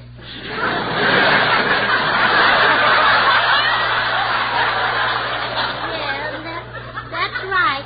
Well, what is the trouble then? Well, my wife, Georgia, has a bunch of girls staying at the house. You know, Powers girls she used to work with. All those women do is gab. I've just got to get one night's sleep. Well, have you tried to get a hotel room? Yeah, that isn't easy in this town. The earliest I can get one is Monday. Well, Monday isn't so bad. This is Monday, August 18th. Oh. 1948. I just gotta get some sleep tonight. Say, Gracie, is there any chance that you and George might let me sleep at your house for just one? No, I couldn't possibly let you stay at our house. Well, I wouldn't be any trouble. I could sleep in the den. Oh, don't even say that word. Well, all right. Forget it. I'll find a park bench somewhere. It's just that I'll collapse if I don't get some sleep. Hey, don't look at me like that with those big, wet, brown eyes. Huh? Oh, dear, another whole scene. Well, all right, Kay, you can stay at our house tonight. Oh, bless you, Gracie. I knew a girl as sweet and pretty as you must have Southern hospitality in her heart. Oh, thank you. You know, down south, we don't turn any man away from our door. Why, we'd even give a dish of oatmeal to a hungry Republican. No spoon, of course. Well, you come over tonight and you can have the couch in the den. I'd give you the bed, but Meredith Wilson sleeps there. Oh, I know Meredith. Darn good musician. Oh, yes? You two can discuss music. Well, anyway, he can. You can just nod. Well, I don't plan to do much discussing. All I want is sleep. Well, whatever you want, you can have. I'll show you that we Californians know all about Southern hospitality. Thank you. I'll make you think you're back in the land of Robert E. Mason and Stonewall Dixon. Well, With the old folks strumming on their bayous and chitlin blooming in the yard. Well, don't go to any trouble, Gracie. All I want is sleep. Well, I'll be over about 9 o'clock. Goodbye. Goodbye. Oh, now I've done it. I've got Kay Kyser in the den, too. Why did I have to meet a cow who wears glasses?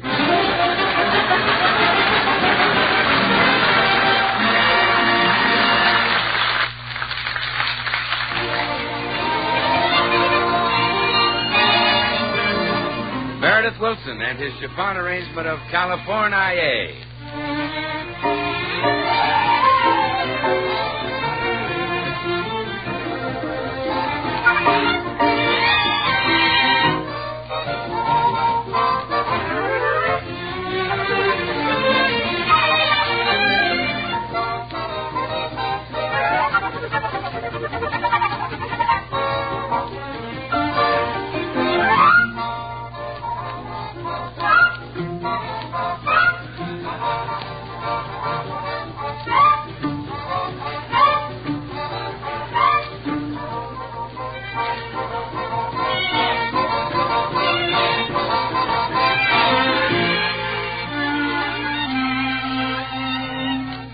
Say, Meredith, isn't that tune one of Jerome Kern's?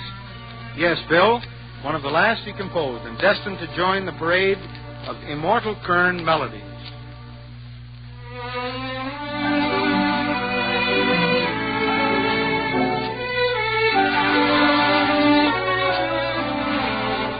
A beautiful melody picture in praise of California, which naturally brings to mind a lot of wonderful scenes.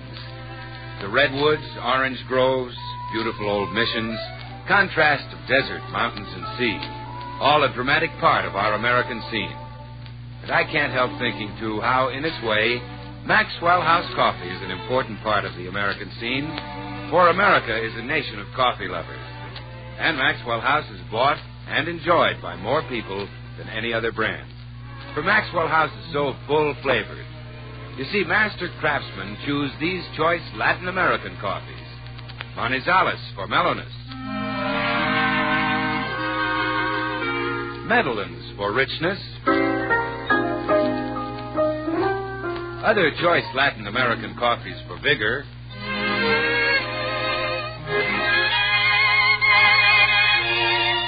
And Bucaramangas for full body. And then these fine coffees are so skillfully combined that the result is true harmony. Yes, the blend is so harmonious that more people just naturally say Maxwell House when buying coffee. It's dependably good to the last drop.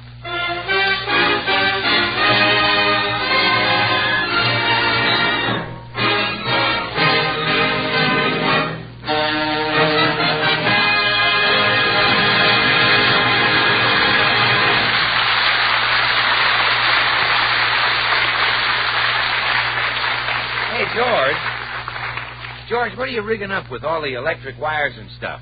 I finally figured out a way to get rid of Meredith Wilson. I'm wiring his bed. George, you mean? Yes. Wait till he hops in tonight. He'll get more shocks than the night he read Forever Amber. You know, this seems like the hard way, though. Couldn't you just hint to Meredith that you'd like him to leave? Hint? Bill, hinting is no good when a guy is a jerk. Well, let me do the hinting for you. I don't know the way you meant that, but I'm still suspicious. Just help me rig up this booby trap before Gracie gets back. Okay. I'll run this wire out of the den window here, and then tonight, when Meredith's asleep, we'll give him the works. Well, why don't you let him stay, George? Maybe you'll get to like his jokes. Bill, I won't like his jokes if I live to be 100. Well, you might, and that's only a couple of days to wait. Let's get busy and wire the bed. Okay.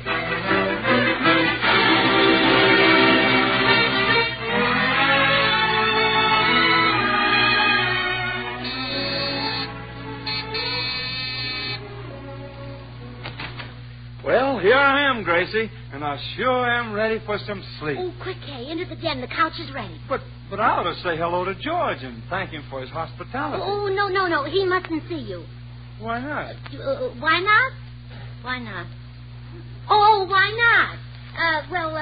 He's not well. No, he's got something. Oh. And if he sees me, I might catch it. Yeah. And I'd catch it even worse. Now, quick, let's go into the den. Well, Meredith, here's our guest. Hello, Kay. Well, hello, Meredith. Sure is nice of you to let me move in with you. Not at all. I just hope you can stand sleeping in the same room with me. You see, You snore? Worse than that. I'm a Yankee. Man, I'm so tired I could sleep with General Grant, beard and all. That couch sure doesn't look good. No, Kay. You take the bed. I'll take the couch. Kay, Meredith is right. This is our chance to show you some real Southern hospitality. Well, I'm just too tired to argue. Okay, I'll take the bed. Oh, fine. I guess I really should serve you some Southern food before you turn in. A nice hot bowl of weevils or something.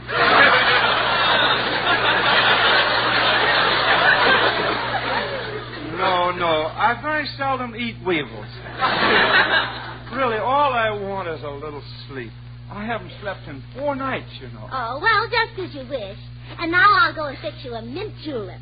I wish you wouldn't go to any trouble. If I could just go to sleep. Oh, it's no trouble. This is Southern hospitality, Kay. Oh, I had to open my big accent. Well, I'll go get your julep while you climb into your pajamas or nightshirt or whatever you wear. I sleep in my birthday suit. Oh, well, put it on and zip it up. I'll go fix your julep.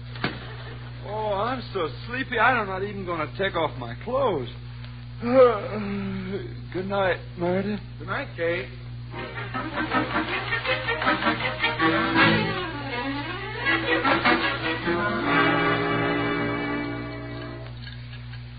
Well, if I do say so myself, that's a lovely mint julep. I'll take it right up to Kay. Gracie, what have you got there? Oh, you startled me, George. What's in the glass? It's a mint julep. Mint julep? Who's it for? It's for me. For you? Boy, you've never taken a drink in your life. Oh, that's what you think. Why, when you're not around, I drink like a fish. I'm a kleptomaniac.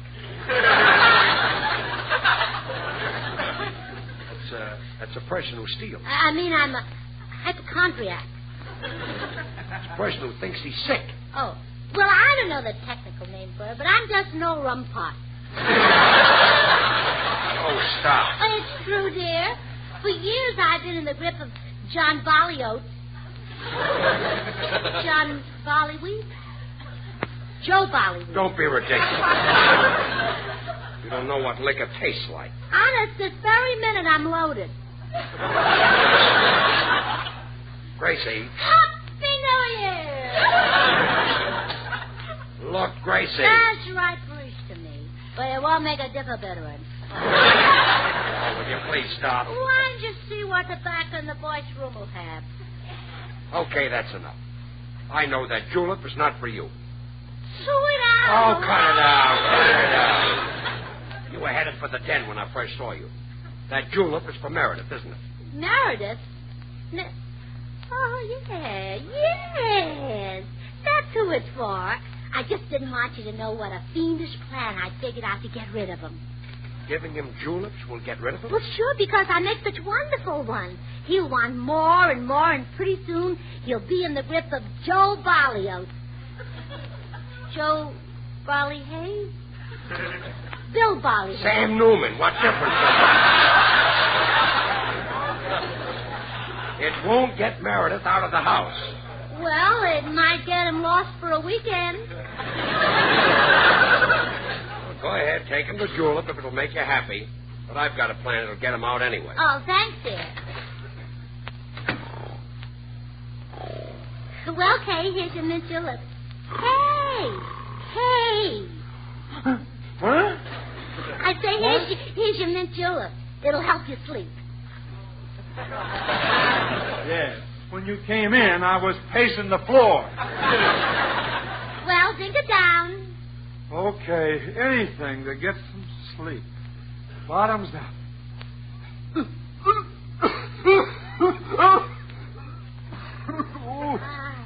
Delicious, huh?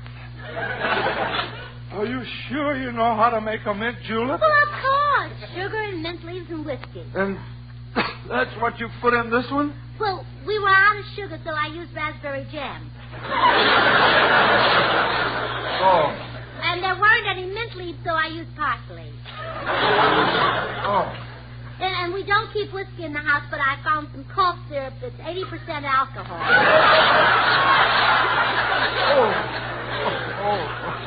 But outside of that, it was just like you make them down south.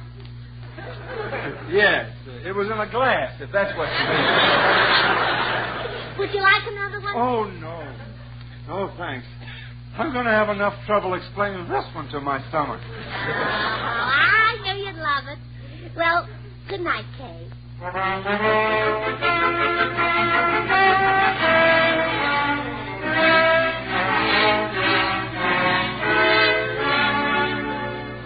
think Meredith is finally asleep, Bill. I can hear him snoring through the den window here. Yeah. Well, I guess we're ready to give him the works, huh? Now, just what happens when you set off that contraption in his bed? First of all, the wire under a sheet gives him 110 volts. Oh, that's wonderful.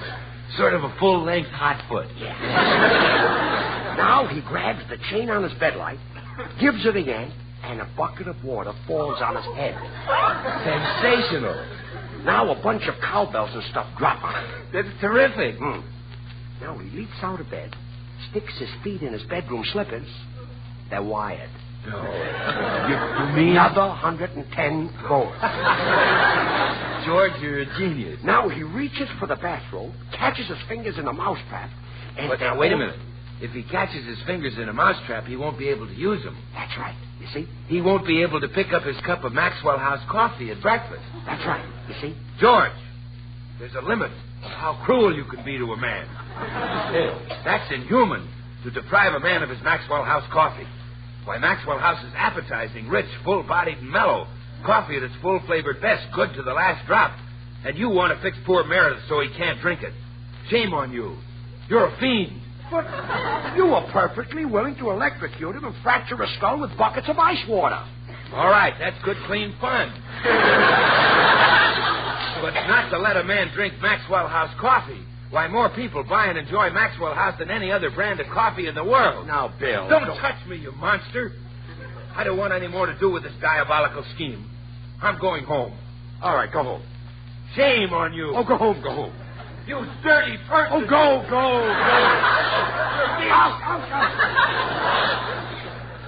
I don't need him to set this thing off. I'll do it myself. Here goes. Where's the light?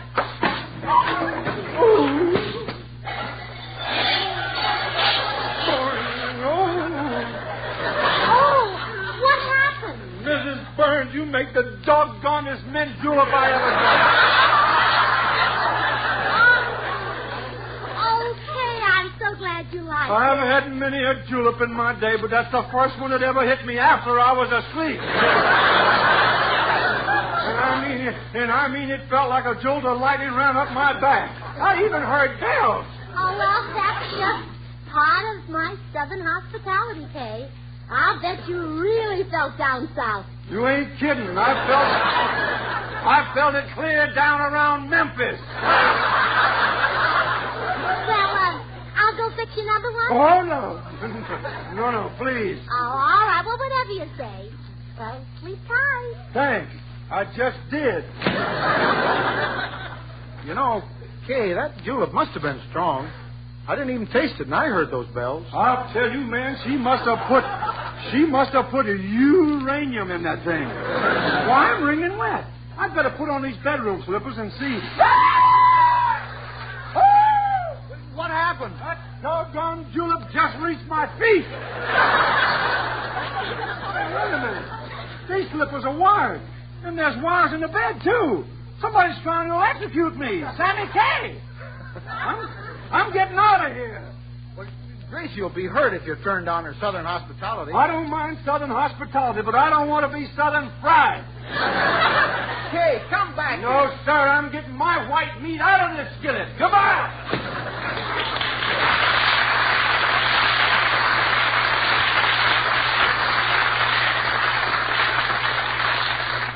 Now, that's funny. I slept in that bed for 4 weeks, and I never noticed those wires. Well, I finally got rid of Meredith. You did? Yeah. Meredith! Yes, old man? Gracie, come here. What is it, dear? Gracie, if Meredith is still here, who is that guy I saw running out of the house? Oh, that must have been Kay Kyser. Kay Kyser? Yeah, he was sleeping in our den, too. Meredith Wilson and Kay Kyser? Who have you got in the bureau drawers? Oh, George. Harry James is probably staying with Meredith, too. Oh, don't be silly. If you were Harry James, would you? Sit down, young lady. We're going to have a little talk. Yes, dear. Now, none of your tricks. Don't bother to flatter me, cry, or make love to me. George, you're so incredibly handsome. Now, don't start that. Don't. Oh, come on. Kiss me, whatever.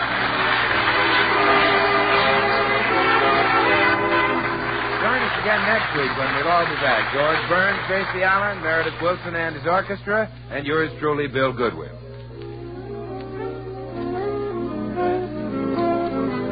Until next Thursday, then, good night and good luck. From the makers of Maxwell House, America's #1 brand of coffee. Always good to the last drop. Gracie, what am I going to do with you? Every week you disobey me. Oh, no more, George. I've turned over a new leaf. From now on, I'm your slave. I'm yours to command. I'll obey every one of your wishes. You mean that? Just try me. Okay. No more hats this year. Try me again. I thought so. Good night.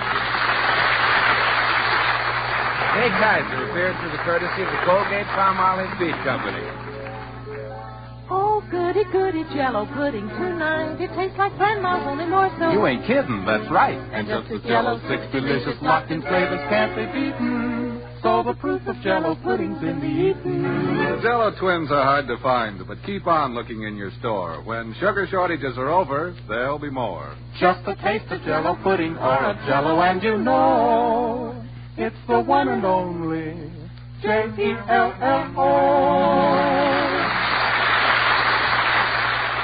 This is NBC, the National Broadcasting Company. It's Maxwell House Coffee Time, starring George Burns and Gracie Allen.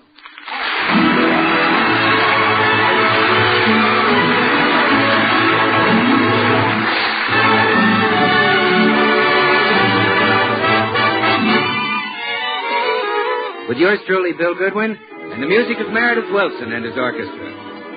For deep down laughs and listening enjoyment, it's George and Gracie.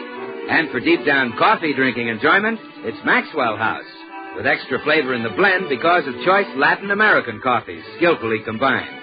Extra flavor in the cup because Radiant Roast develops the full flavor of every coffee bean. And the result is that today more people buy Maxwell House than any other brand of coffee in the world.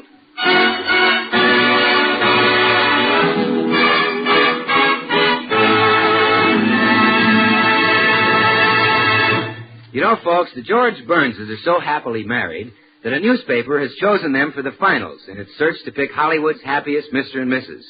We find Gracie now talking to a woman from the newspaper. And so, Mrs. Burns, our search for Hollywood's ideal husband and wife has narrowed down to you and one other couple. Well, this is a wonderful surprise, Miss Essinger. But really, George and I aren't so much. We're just plain, ordinary, everyday, delightful people. Well, Mrs. Burns, since you're so happily married, perhaps you have some advice to pass along to young girls in the matter of choosing the right husband. Yes, I have. When I was very young, I made up my mind that I would find the perfect man. Man with personality, looks, brains, talent, and charm. I searched for 3 years before I finally married George Burns. Then your advice to young girls would be? Do just what I did. Give up the hope for search and marry the man you love. And what is your recipe for staying happily married? Well, personally, I try to observe the mistakes that other wives make and avoid making those mistakes myself. What kind of mistake? Oh, now, for example, I've seen women ask their husbands for $10 to pay an installment on the radio, and then take that money and buy a hat with it. How true. Well, if my husband gives me $10 to pay a radio installment, I pay the radio installment. If I need a hat, I use the rent money. I see. I can get a much better hat that way. I understand how using the rent money gets you a better hat. But does that make your husband happy? Oh, yes, he loves to move. Well, Mrs. Burns, isn't it difficult to maintain a career and a home at the same time? I mean, isn't it drudgery to come home from the studio and have to cook dinner? Miss Ettinger, if you were cooking for the one you love, would you call it drudgery? No, I guess I wouldn't. Well, neither does George.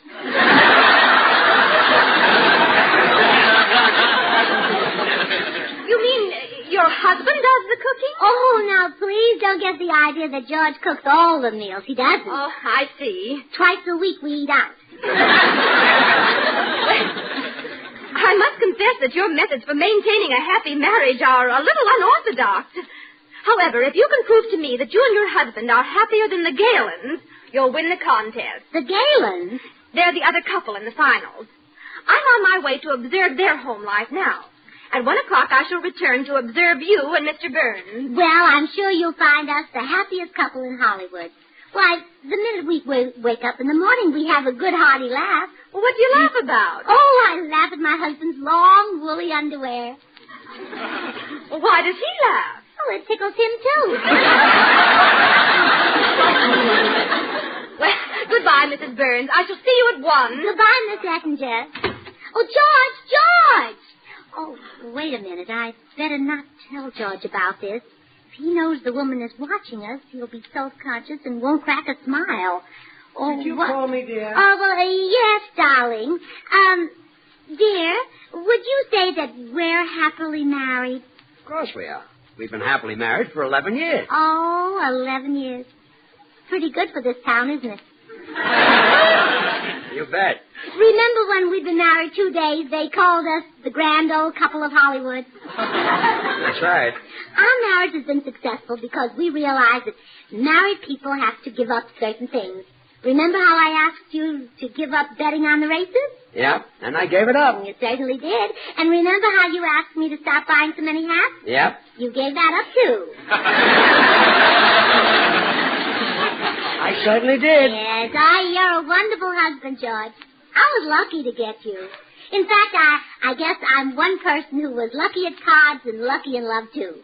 Really? Yes. Whether it was poker or marriage, I got the pot. Thanks, kid. Oh, I didn't mean that the way it sounded. I meant that you're a prize, not that you have a pot. I see. I love you, darling, and I'd love you just as much if you didn't have one. Thanks again.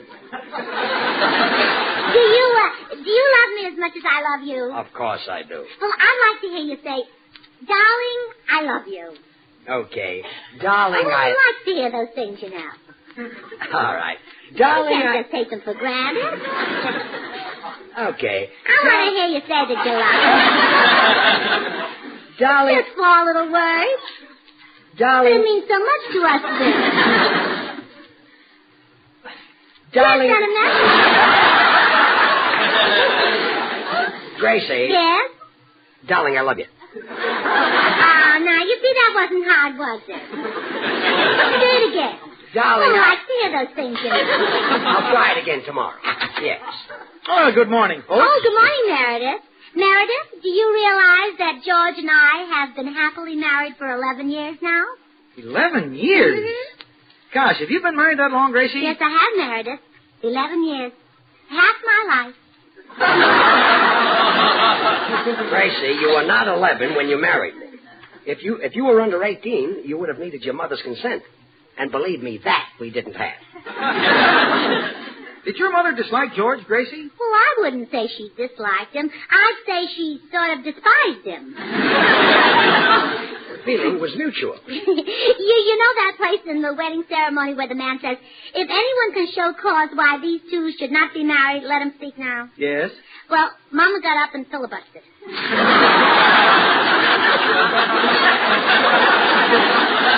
But we've been very, very happy, Meredith. Why don't you get married? Me? Oh, I guess I will someday if the right girl ever proposes to me. It's up to you to do the proposing. Haven't you ever been in love? Oh, yes, George. I had quite a case on a girl once. She played the harp in my orchestra. Fine musician. You liked her, huh? Very much. Her cadenzas were remarkable. Well, I guess there's nothing like a girl with remarkable cadenzas.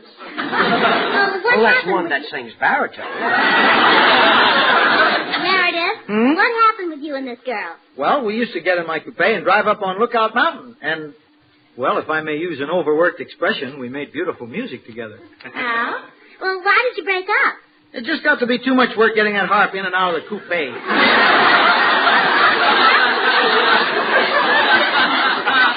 Meredith, you're a ball of fire.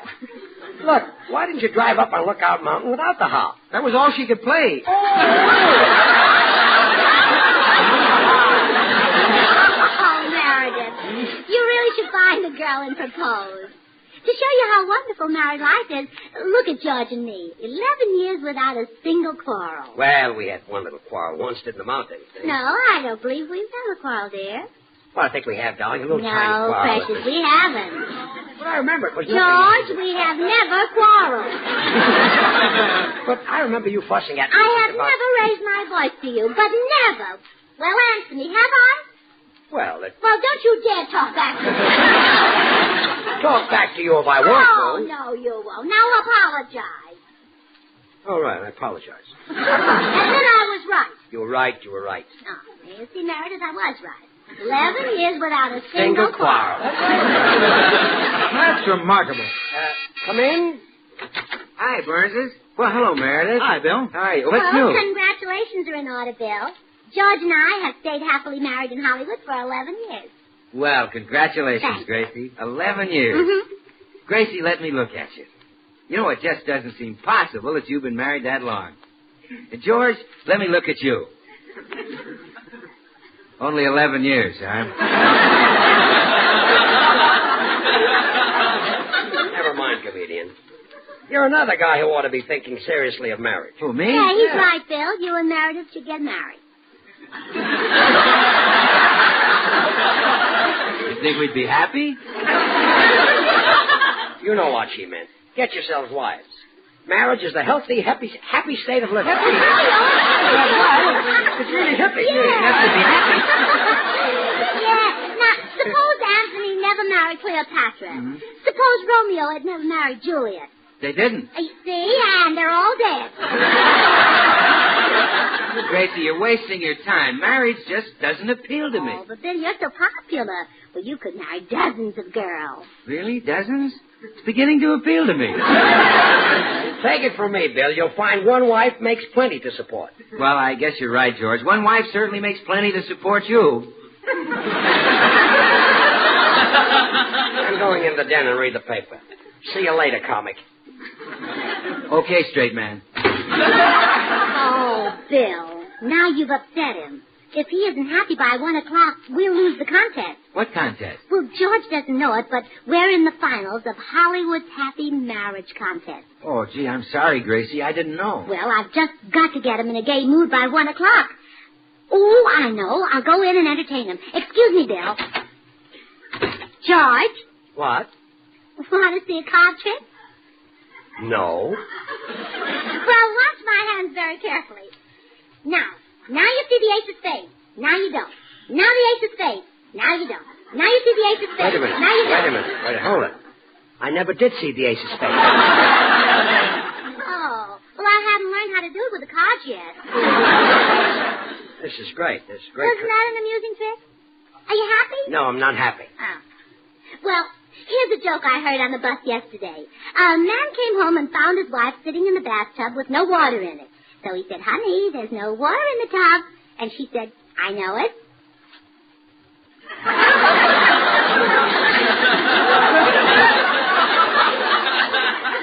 That's the joke you heard on the bus? Uh-huh. That's the whole joke? Yeah, well, George, you're not laughing. Is that the entire joke? Well, there must have been more, but I had to get off at 3rd. Gracie. Are you happy? No, I'm not happy. Oh, George, you're very difficult. I'll try another card trick. Think of a card. Oh, no.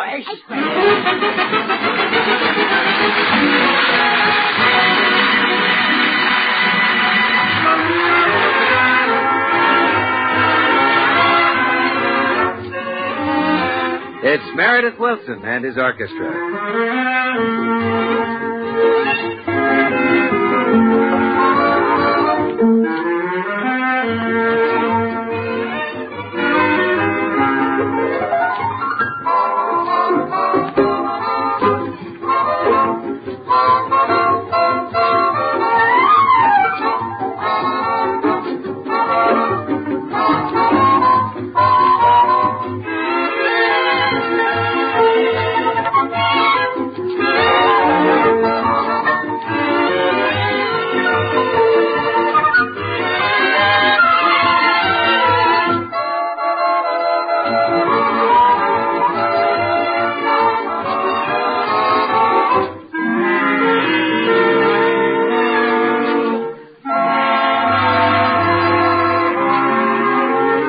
Say, Meredith, when I heard you rehearse that tune you're playing, I thought what a lot of pleasure it's bound to give many people. Well, Bill, On the Oregon Trail is not only pleasant listening, but it must recall for a great many families legends and stories of an important part of our early American scene. Yes, for tales have been passed from generation to generation about how the ox teams plodded through that country of scenic wonder. And you know, you can follow that trail today. If you do, you'll touch places that bear wonderful names. Listen to some of them. Independence Rock, Devil's Gate, Sweetwater River, Wind River Mountains, the Valley of the Bear. Names significant to our American scene. And I can't help thinking, too, that in so many homes today, there's another name that's become a part of our American way of life. Maxwell House, a coffee of true distinction. For in this nation of coffee lovers, Maxwell House is bought and enjoyed by more people than any other brand. You see, Maxwell House experts skillfully blend these choice Latin American coffees. Manizales for mellowness.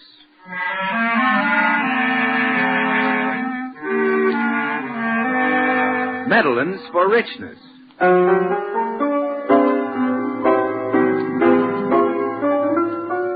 Other choice Latin American coffees for vigor.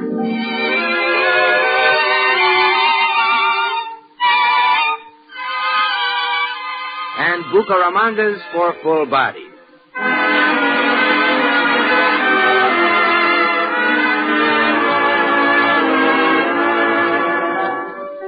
The result is coffee so full-flavored and richly delicious that north, east, south, and west, the name Maxwell House is synonymous with the phrase, good to the last drop.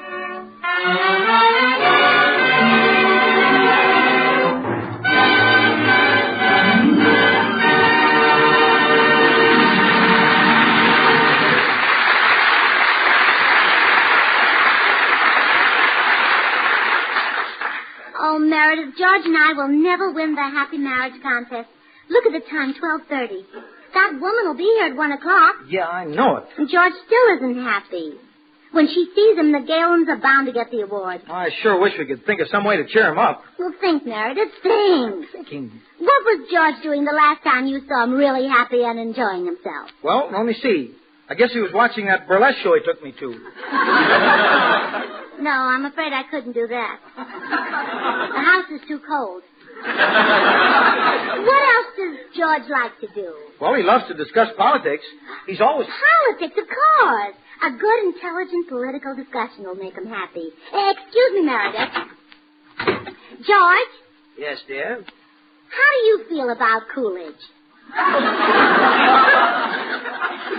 Coolidge.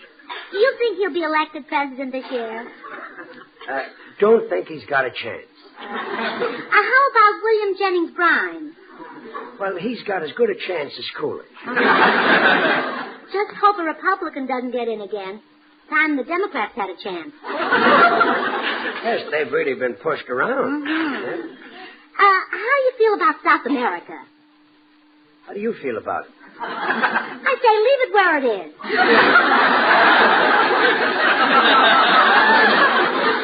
Yeah, let's not move it. It's heavy. Now, take inflation. How about that? Inflation? Yes. You tell me. Well, I don't think we should keep it a secret just because we invented it first. We should share it with all the United Nations. That's the spirit. Yes. And now let's take Congress. The meeting, you know. I know. Yes, I got a meeting. Yes. Some people want a long Congress, and some people want a short Congress. And you? Well, a lot of people are against the short Congress, but I say if Mr. LaGuardia wants to run, his size shouldn't keep him out. Fair enough. Mm-hmm.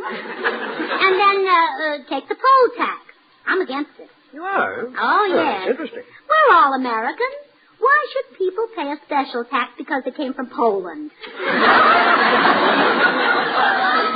Good argument. Yes.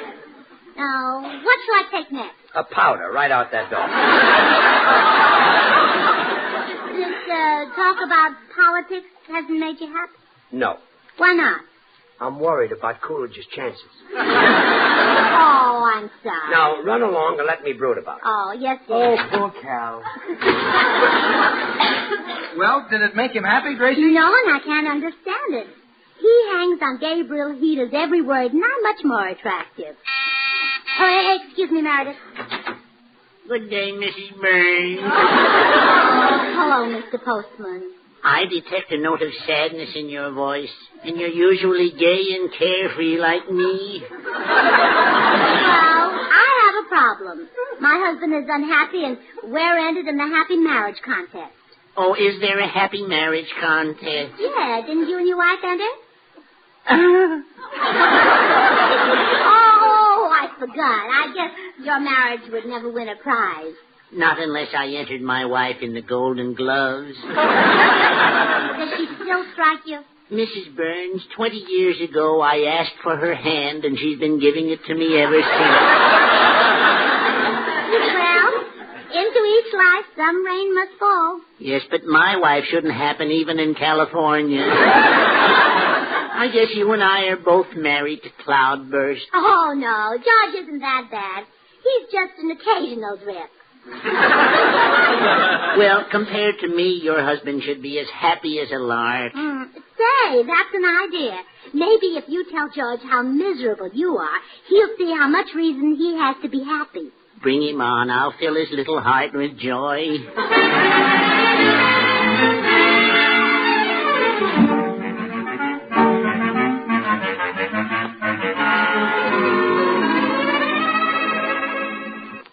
And then my wife hit me with the electric iron, tied my hands and feet, and flung me down the basement where I lay for 4 days. Oh, goodbye, Mr. Burns. Remember, keep smiling. Well, George, how do you feel now? Are you happy? Happy? How can I be happy when that poor little man is so miserable? But, dear... He made me feel terrible. I'm going in the den. Now I've got to start all over again and make him happy. Yeah, and that woman will be here in 15 minutes. Yeah, let's see now. I know how Clara Bagley made her husband happy recently, but I wouldn't have time for that. What did she do? She had a baby. No, I guess that's impractical. It would be a lot easier to make George happy if he wasn't the worrying type. Meredith, I believe you've got it. He'll be much happier if I do all the worrying for both of us. He sure ought to be. Well, I'll stop his worries right now. George? What? From now on, I don't want you to do any worrying. Well, fine. I'll do it for both of us. Good. So don't worry about the postman. Don't worry about your electric razor. Don't worry about... Wait a minute. What happened to my electric razor? Oh, it got kind of clogged up when I peeled the carrots with it. You peeled carrots with my electric razor? Don't the worry new one about... that I just got? Don't worry. From now on, I'm worrying about everything. The fender on the car, too. Fender on the car? Yeah, but I sort of ran into the rear end of Mr. Connor's milk truck. Oh, no. Yeah, but don't you worry about it. I'm handling all the worrying. Now, you happy? No, I'm not happy. Still brooding about Coolidge, Yeah, huh? about Coolidge. Now, get out of here. Well, Meredith, Oh, hello, Bill. Hi, Gracie. I came back to see if you'd won the happy marriage contest. Well, not yet, and we haven't a chance unless George cheers up. Oh, the little man is still unhappy, huh? Oh, Bill, you ought to see him. He doesn't look like himself. And you're complaining? What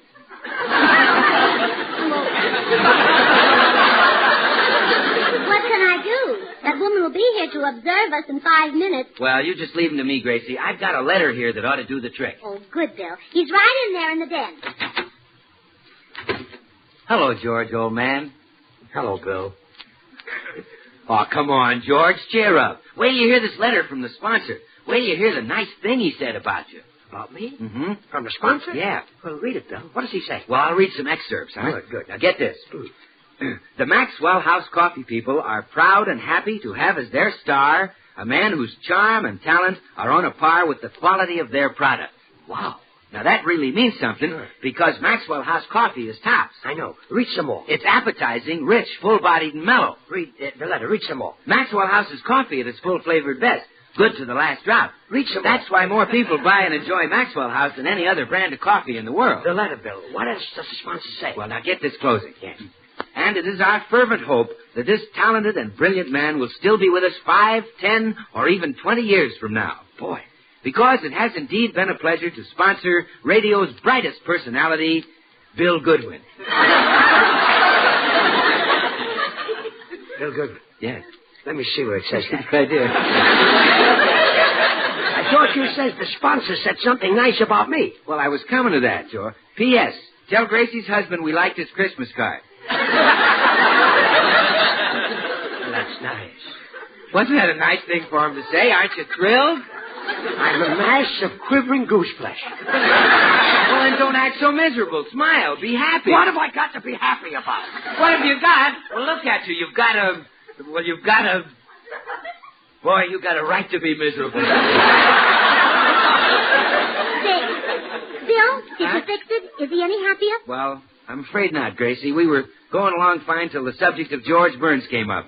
Now we're both depressed. I'm sorry. Wow, he was a big help. We've got 2 minutes to go. What can we do, Meredith? You know, Gracie, I might be able to make George happy. Yeah, how? Well, I'm a musician, and music half charms. It half? Yeah. I'd say sure. Suppose I take my flute in there and play him a solo. Oh, wonderful. Shall I play him something by Chopin or something by Humperdinck? Oh, Humperdinck, by all means. The man who was willing to live with that name must have been happy. Chopin sounds awfully pretty on a flute. Oh, play Humperdinck. Okay, Gracie. Humperdinck it is. Now, you wait right here. Well, what do you want? Ouch!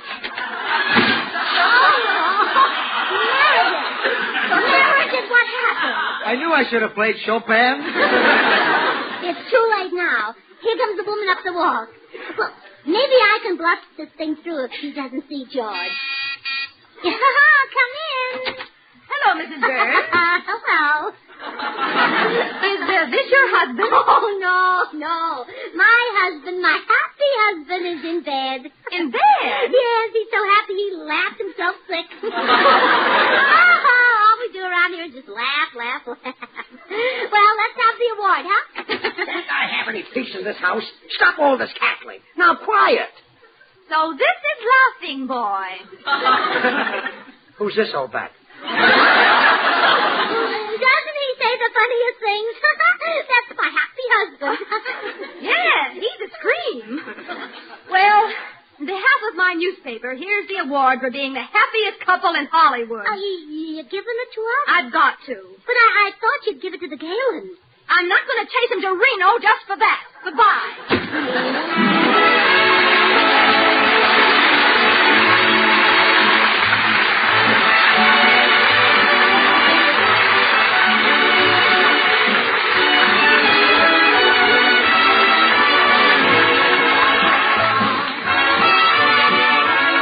Join us again next week when we'll all be back. George Burns, Gracie Allen, Meredith Wilson and his orchestra, and yours truly, Bill Goodwin. Until next Thursday, then, good night and good luck from the makers of Maxwell House, America's #1 brand of coffee.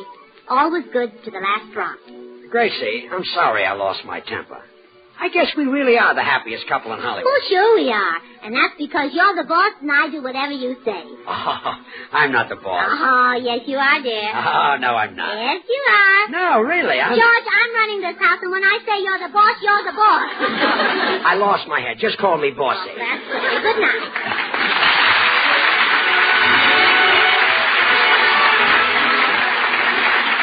Stay tuned to this station because Dinah Shore's open house is coming on in just a second.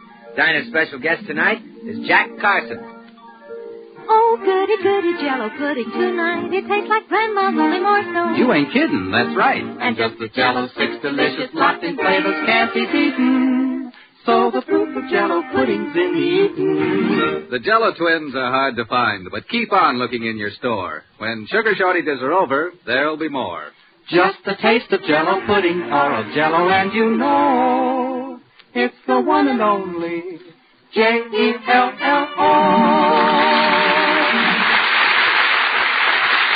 This is NBC, the National Broadcasting Company. It's Maxwell House Coffee Time, starring George Burns and Gracie Allen.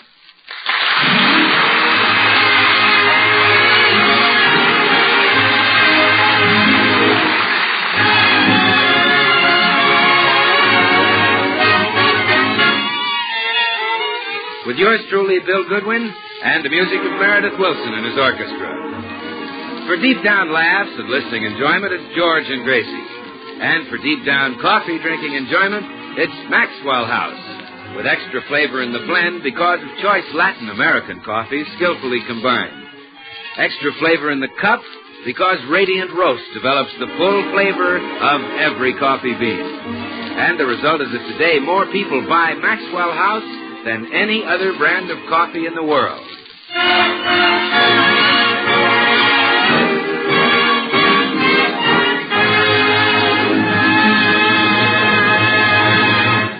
Well, it's afternoon as we look in at the Burns home, and we find Mr. and Mrs. Burns trying to decide how to spend the evening. Would you like to go out this evening, George? I don't mind, if you would. Oh, I just as soon, if you would. All right with me, if you'd like to. Sure. Unless you'd rather stay home. Would you? I don't mind. You would. Oh, just as soon. Unless you'd rather go out. I don't mind going out. If you'd like to. Oh, I'd like to go out. If you really want to. Okay, I'll go shave. Unless you'd rather stay home. Oh, no. Unless you would. Oh, not me. No.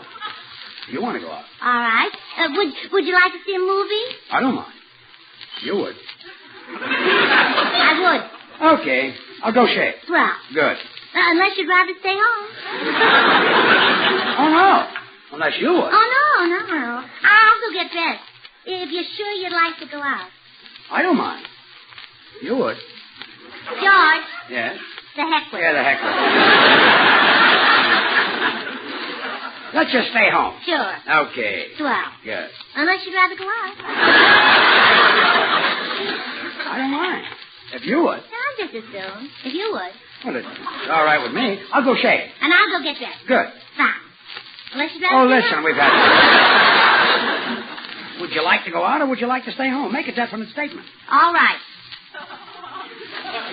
All right, what? What is it? Either way suits me. Okay, I'll make the decision. We'll stay home. No, we won't. We'll go out. Gracie. There's the telephone. Are you expecting a call? No. Are you? No. Would you like to answer it? I don't mind. Unless you would. I'd just as soon. Unless you would. Okay, I'll answer it. Unless you want to. No, I don't mind. Unless you'd rather. Oh, Gracie, stop being silly. Answer the phone. Don't order me around. You answer it. When do you tell me what to do? You answer it. I won't touch it. Neither will I.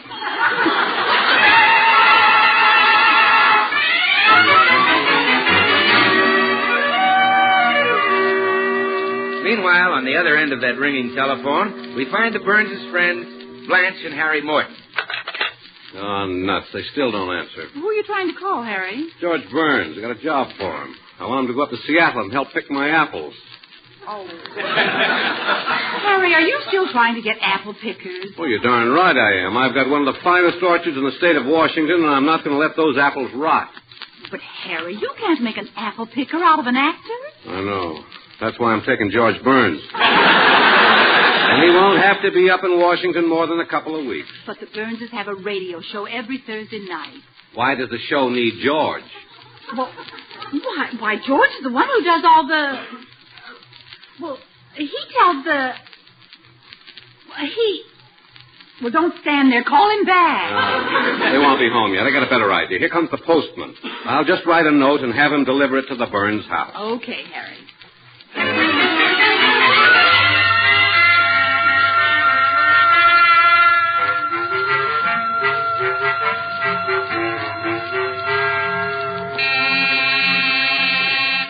You want to see who's at the door, Gracie? Sure. Unless you want. Oh, let's not start that again. All right, I'll go. Good afternoon, Mrs. Burns. Oh, hello, Mr. Postman. How are you today? Oh, Mrs. Burns, I feel gloriously alive today. I'm invigorated, stimulated, activated. I'm jumping with joy. My goodness, you must tell my husband what kind of vitamins you use. Oh, it isn't vitamins that makes me so happy. I gave my wife a black eye. Well, at last the worm turned. No, she was facing me. Tell me, what happened? Well, finally I could stand no more. The fighting blood rushed to my head. Good. One clot from birth and it rushed out again. But now I was really mad. Every ounce of my virile manhood cried for revenge. The beast in me said, fight, fight, fight. Oh, and that's when you gave her the black eye? Yes. Oh, well, tell me just how it happened. Well, she tried to kick me and her shoe flew off and hit her in the eye. Oh, Mr. Postman, I thought you hit her. Me? You think I want to get killed? Well, here's your mail, Mrs. Burns. Goodbye. Remember, keep smiling. What came in the mail, Gracie? Oh, the usual stuff. Bills and a letter from... Oh, wait a minute. Well, here's a funny one. A letter addressed to you, but there's no stamp on it. Wonder what that could be. Well, it must be an official government letter. They're the only ones that don't need stamps. Well, let's read it. Dear George, I need your help to handle a big job in Washington. Hope I can count on you, Harry. Washington? Harry? Darling, how wonderful. Oh, I'm so proud of you. What do you mean? Well, don't you see Harry Truman needs your help in Washington? The president wants me to help him? Well, why not? You're one of the great minds of this country. Oh, go on. Am I really? Well, one of the greatest, George. It's always been a miracle to me how such high thoughts could come out of such a low forehead. Well, true, I've got a lot of brains. Oh, you bet you have. If you weren't a brilliant man, the Maxwell House people wouldn't have you on the air advertising their coffee. Say, come to think of it, the president has been calling on advertising men to help him. Chester Bowles came from an advertising agency. So did William Benton. Well, certainly. And look who he took from Batten, Barton, Durston, and Osborne. Who? Well, out of that crowd, he must have gotten somebody. But I still can't imagine the president calling on me to help. There are a lot of men in radio smarter than I am. You name a couple. Well, there aren't that many. And look at the uncanny grasp you have of international affairs. Well, I'll never forget what you said last summer just after my mother had gone back home. What did I say? Well, you said, now we'll have peace. And the very next day, Japan surrendered. Yeah, I had a hunch. But, gee, it's still hard to believe that President Truman wants me to help him run the country. Well, come in. Hello, Burnses. Hiya, Bill. Oh, Bill, you're the first to hear the news. What news, Gracie? Well, guess who wants George to help the Democrats run the country? The Republicans? Laugh a minute, this boy. Willie the Wit, they call him. Well, Bill, this is no joke. The president has sent for George to come to Washington. What? It's true. He probably listened to George on the radio and figured the government should have him in Washington. Well, don't let him take you without extradition papers, George. Now, Bill. We'll fight this every inch of the way. Hey, Bill. Since when is it a federal offense to smell up the air?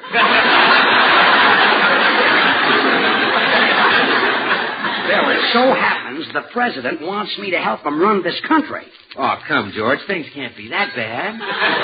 So you don't believe I'm going to Washington to help the president, huh? Ah, sure, I believe it, George. The minute I heard you sing last week, I said to myself, there's the man who should be Secretary of the Interior. Huh? Well, I said to myself, if one of the Ickies has to leave, let's put another one in his place.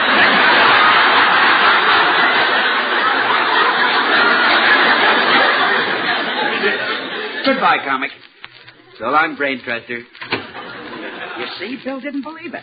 Maybe there's some mistake about this thing, Gracie. Oh, mistake nothing. Why, the president couldn't possibly find anyone better qualified. I'll get it. Hello? Hello, this is Harry. I've been trying to reach you all day. You have? Yeah, did George get my note? Oh, yes. Yes, he did, Your Highness. What? He got the note, Your Excellency. Look, what's the idea of calling me all that stuff? Well, what should I call you? Well, just call me Harry. I'm democratic. Naturally, or you wouldn't be where you are. Now, look, you don't have to soft-soap me just because I'm offering George a job. It happens to be the sort of thing a guy with his brains can handle. Will he take it? Well, of course he will. And you'll find that he's the hardest worker in the whole United States. Oh, yeah? Well, I'm from Missouri. So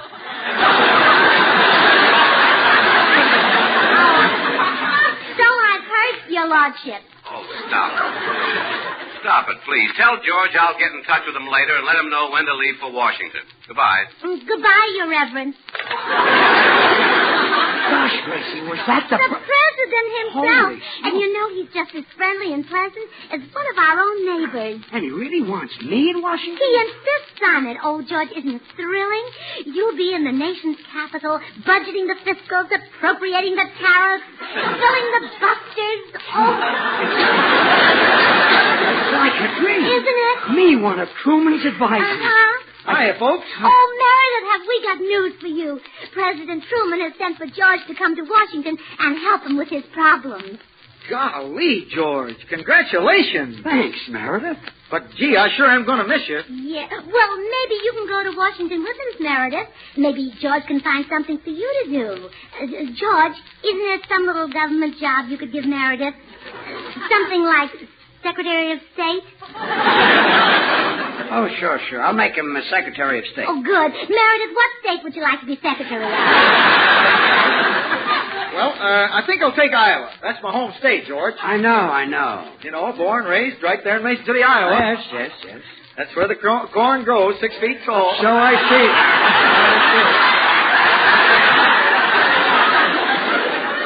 Now, look, you two, there'll be no appointments. My only job is to help the president. Well, Mr. Truman's got a big problem, all right. Well, every president has a problem. Yeah, but his is tremendous. He's fingering his bass wrong when he plays the piano. Meredith, don't you think it's possible that the president might have a couple of other problems? No, I don't think so. His pedal work and right hand are fine. Yes. He plays the piano much better than Hoover did. Yeah. Say, you know who'd make a good president? Carmen Cavallero. He has a flawless left hand. Look, Meredith, you better run along now. I have a lot to do before I leave for Washington. Yeah, that's true. He has, Meredith. George will have to buy a lot of new things. The person can't appear at the White House in his old clothes. That's right. I'll buy some new suits, new hats, new shoes, a new coat. What else? Oh, that's plenty for me. Get a couple of neckties for yourself, dear.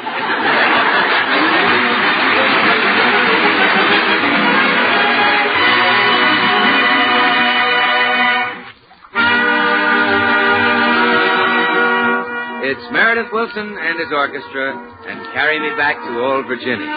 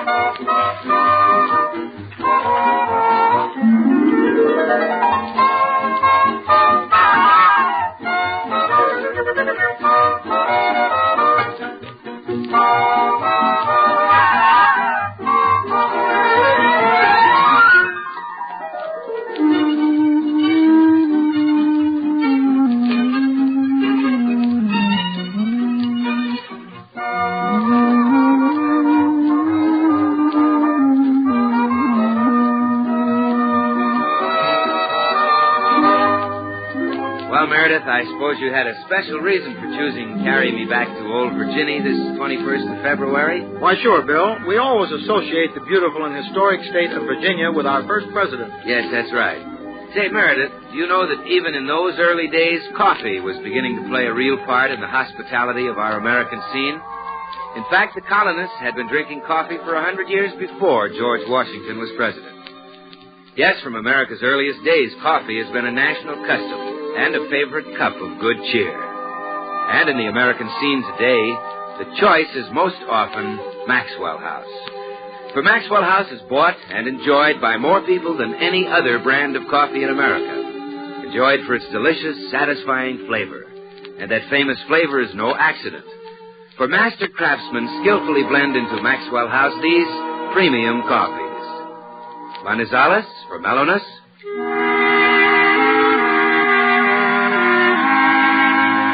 Medellins for richness.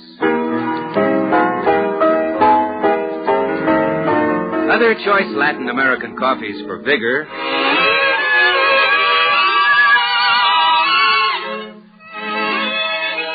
And Bucaramangas for full body.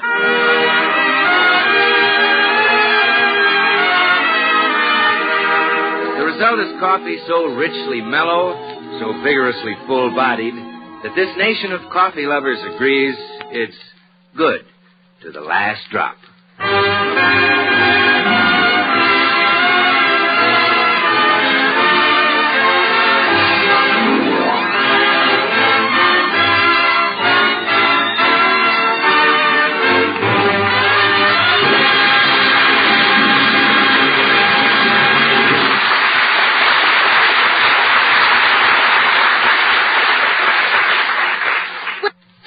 We're practically on our way to Washington. One trunk is packed. Now let's start on the other one. Okay. Way down in Missouri where I heard this melody. Oh, that's beautiful, darling. Harry will love it. Yeah, that's his favorite song. Yeah, I hope he can play Ain't Misbehaving. That's your best number. Well, I can teach it to him. I wonder if we'll have trouble finding a place to stay in Washington. But the president will insist on us staying at the White House, naturally. He will? Well, suppose he needs you in the middle of the night to solve some knotty problem. He just knocks on your door and he says, George, how do you feel about merging the OPA and the NLRB so that the CIO and the AFL can deal directly with the AMGOT and the UNRRA?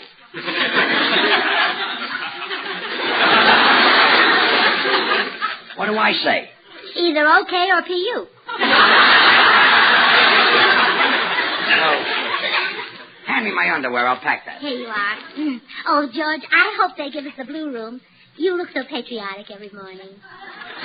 Patriotic? Running through the blue room of the White House in your red underwear. Yeah, 3 chairs for the red, white, and blue. Oh, you go right on packing, dear. I'll see who's at the front door. Mrs. Burns? Yes? It's all over town that your husband is going to see the president. I'm from the Associated Press. Oh, you're a newspaper reporter. Yes, I'd like to ask Mr. Burns his views on questions of the day. Oh, well, he's very busy now, but I can tell you anything you want to know. All right. I'll make some notes on this. Now, first, how does your husband feel about labor? Labor? Well, on the whole, he'd rather not.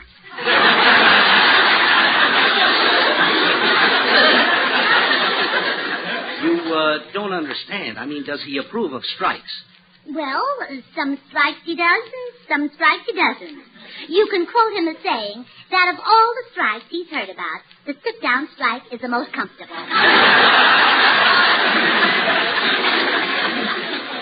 I can quote him on that? Yes. Good. Now, how does he feel about Senator Pepper's bill? How does he feel about Senator Pepper's bill?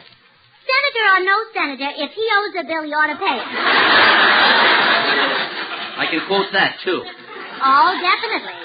My husband has no prejudice. He's going to Washington with an open mind.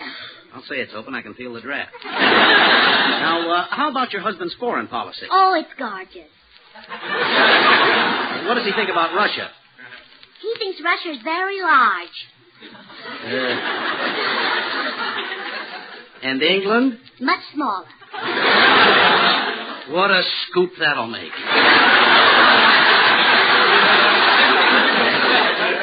How does he feel about the Far East? The Far East? Yes. Well, now, he thinks New York is a nice place to visit, but no place to live. I meant a little farther east. How about a statement from your husband on the Chinese question? Oh, well, now, you have to wait for that until he learns the language. He feels that a Chinese question deserves a Chinese answer. He's so right, too.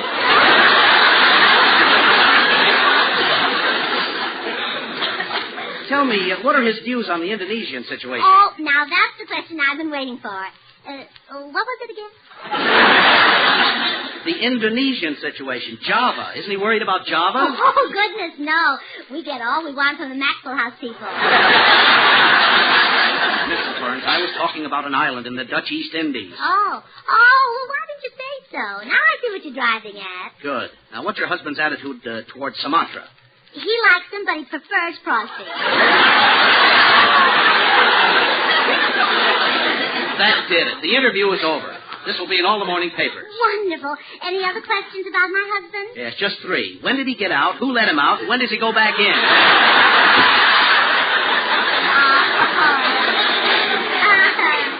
When did he get out? Wouldn't he be surprised if he knew that George never went to college at all? Who's at the door? Just a newspaper man. Now, let's get to bed, George. We may have to leave for Washington very early in the morning. Okay. Where's my nightshirt? Oh, I'm afraid, dear, you'll have to wear one of my gowns. I sent all your nightshirts out to be dyed black.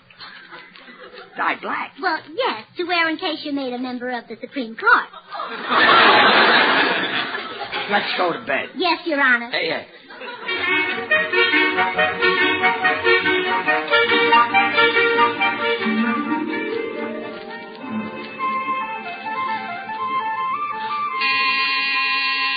Come in. Oh, good morning, Bill. Well, good morning, Gracie. Say, George, let me be the first to apologize. When you said you were going to Washington, I thought you were talking through your hat, but it's in all the morning papers. Really? Yeah, get a load of this headline. George Burns to Washington to help run country. Wow. Millions of Americans flee to Mexico.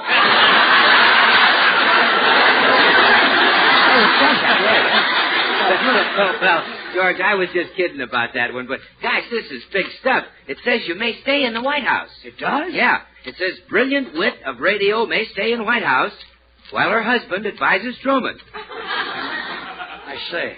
Gee, you two will really be in a social swim there in Washington.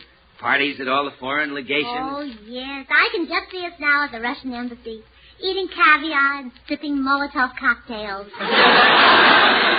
Gracie, a Molotov cocktail is an explosive. Really? Oh, well, don't you drink more than one. I'll watch myself. Yeah. Yes. And, of course, there'll be big dinner parties at the British embassy. My goodness, I don't know how to act around royalty. Well, Gracie, I just happened to read a very interesting book about English royalty. Oh? It's called Forever Amber.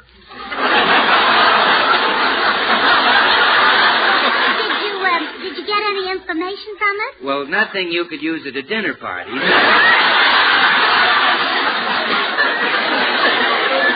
Don't forget, we'll have to do some entertaining ourselves, Gracie. Oh, yeah, that's right. How you talk to diplomats and senators and people like that? Oh, it's easy, Gracie. For example, a senator must always be called Right Honorable. Even if he isn't? Oh, sure. Now, let's say an important senator drops in, the head of one of those congressional blocks. Well, what do you say? Well, I'd say, sit down, Right Honorable Blockhead. No, Gracie. I see you're going to need some advice. Oh, Bill, we don't need all that fancy talk. Yes, you do, George. Suppose a man like Lord Beaverbrook comes to this country for a conference and he drops in. What would you say to him? I'd be democratic. I'd say, sit down, Beav, and have a cup of coffee. Sit down, Beav, and have a cup of... George, he's one of the most important men in the world. You want him to think you're a dope? Well, what should I say? Well, say, sit down, Beav, and have a cup of Maxwell House coffee. For goodness sake, show him that you're offering him the best. Let him know that he's getting Maxwell House, the coffee that's appetizing, rich, full-bodied, and mellow. Coffee at its full-flavored best, good to the last drop. Bill. Say to him, Beav, old chap, more people buy and enjoy Maxwell House than any other brand of coffee in the world. Okay, Bill, he's sitting down. He's drinking his coffee. Now what do I say? Oh, well, then you say, Your Lordship, I trust your stay in this country has been frightfully jolly. And then Lord Beaverbrook will say to you, Mr. Burns, you ain't just beating your chops. So long. You ain't just beating your chops. Where do you suppose Lord Beaverbrook picked that up? At the Palladium. Goes there every Saturday night with Churchill. Well, now call a taxi. Our train for Washington leaves in a half hour. Oh, nuts. Come in. George, you old son of a gun. I just read the morning paper. So you're going away and leave your old friend Harry Morton in the lurch, huh? What do you mean, Harry? Well, I thought you were coming up to Washington to help me pick my apples. Me? Pick apples? You're talking to Truman's right-hand man. But Gracie said on the phone you'd do it. She said you got my note signed Harry. She seemed very pleased. You sent a note signed Harry? Telling you I had a job for you in Washington. Gracie. Yeah, I don't feel well. I think I'll go lie down. Come back here. Now, George, keep calm. Remember your sore foot. I haven't got a sore foot. Well, you will have if you do what you're thinking of doing. All the hair-brained ridiculous. Harry, let me see that morning paper. Sure. Here, George. Oh, no. Who gave out this interview? I did. You were busy packing. How do I feel about Sumatra? I like Crosby better. The sit-down strike is the most comfortable.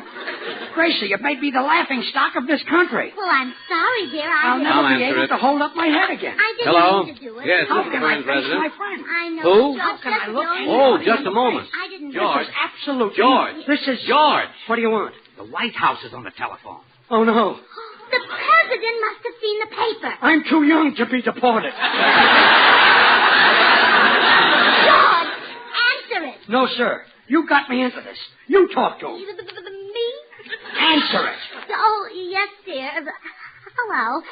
Hello, Your Majesty. I mean, your democratship. Oh, you read it. Yes, sir. Yes, sir. Yeah, I'll tell him. Goodbye, Your Presidency. Don't tell me. Don't tell me what he said. Well, I think I better. He wants you to come to Washington. He does? Yes, he said compared to some of the things he's heard, your ideas make a lot of sense.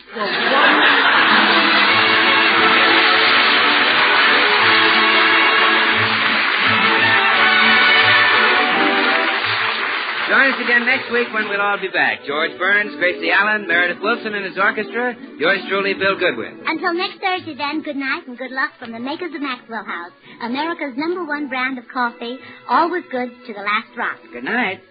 Stay tuned to this station because Bird's Eye Open House, starring Dinah Shore, is coming on in just a second. Dinah's special guest tonight is Groucho Marx.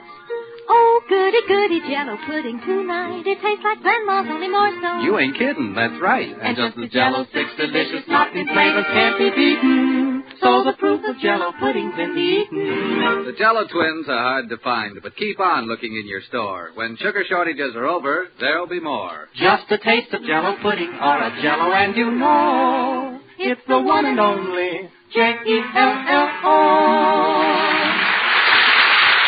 This is NBC, the National Broadcasting Company.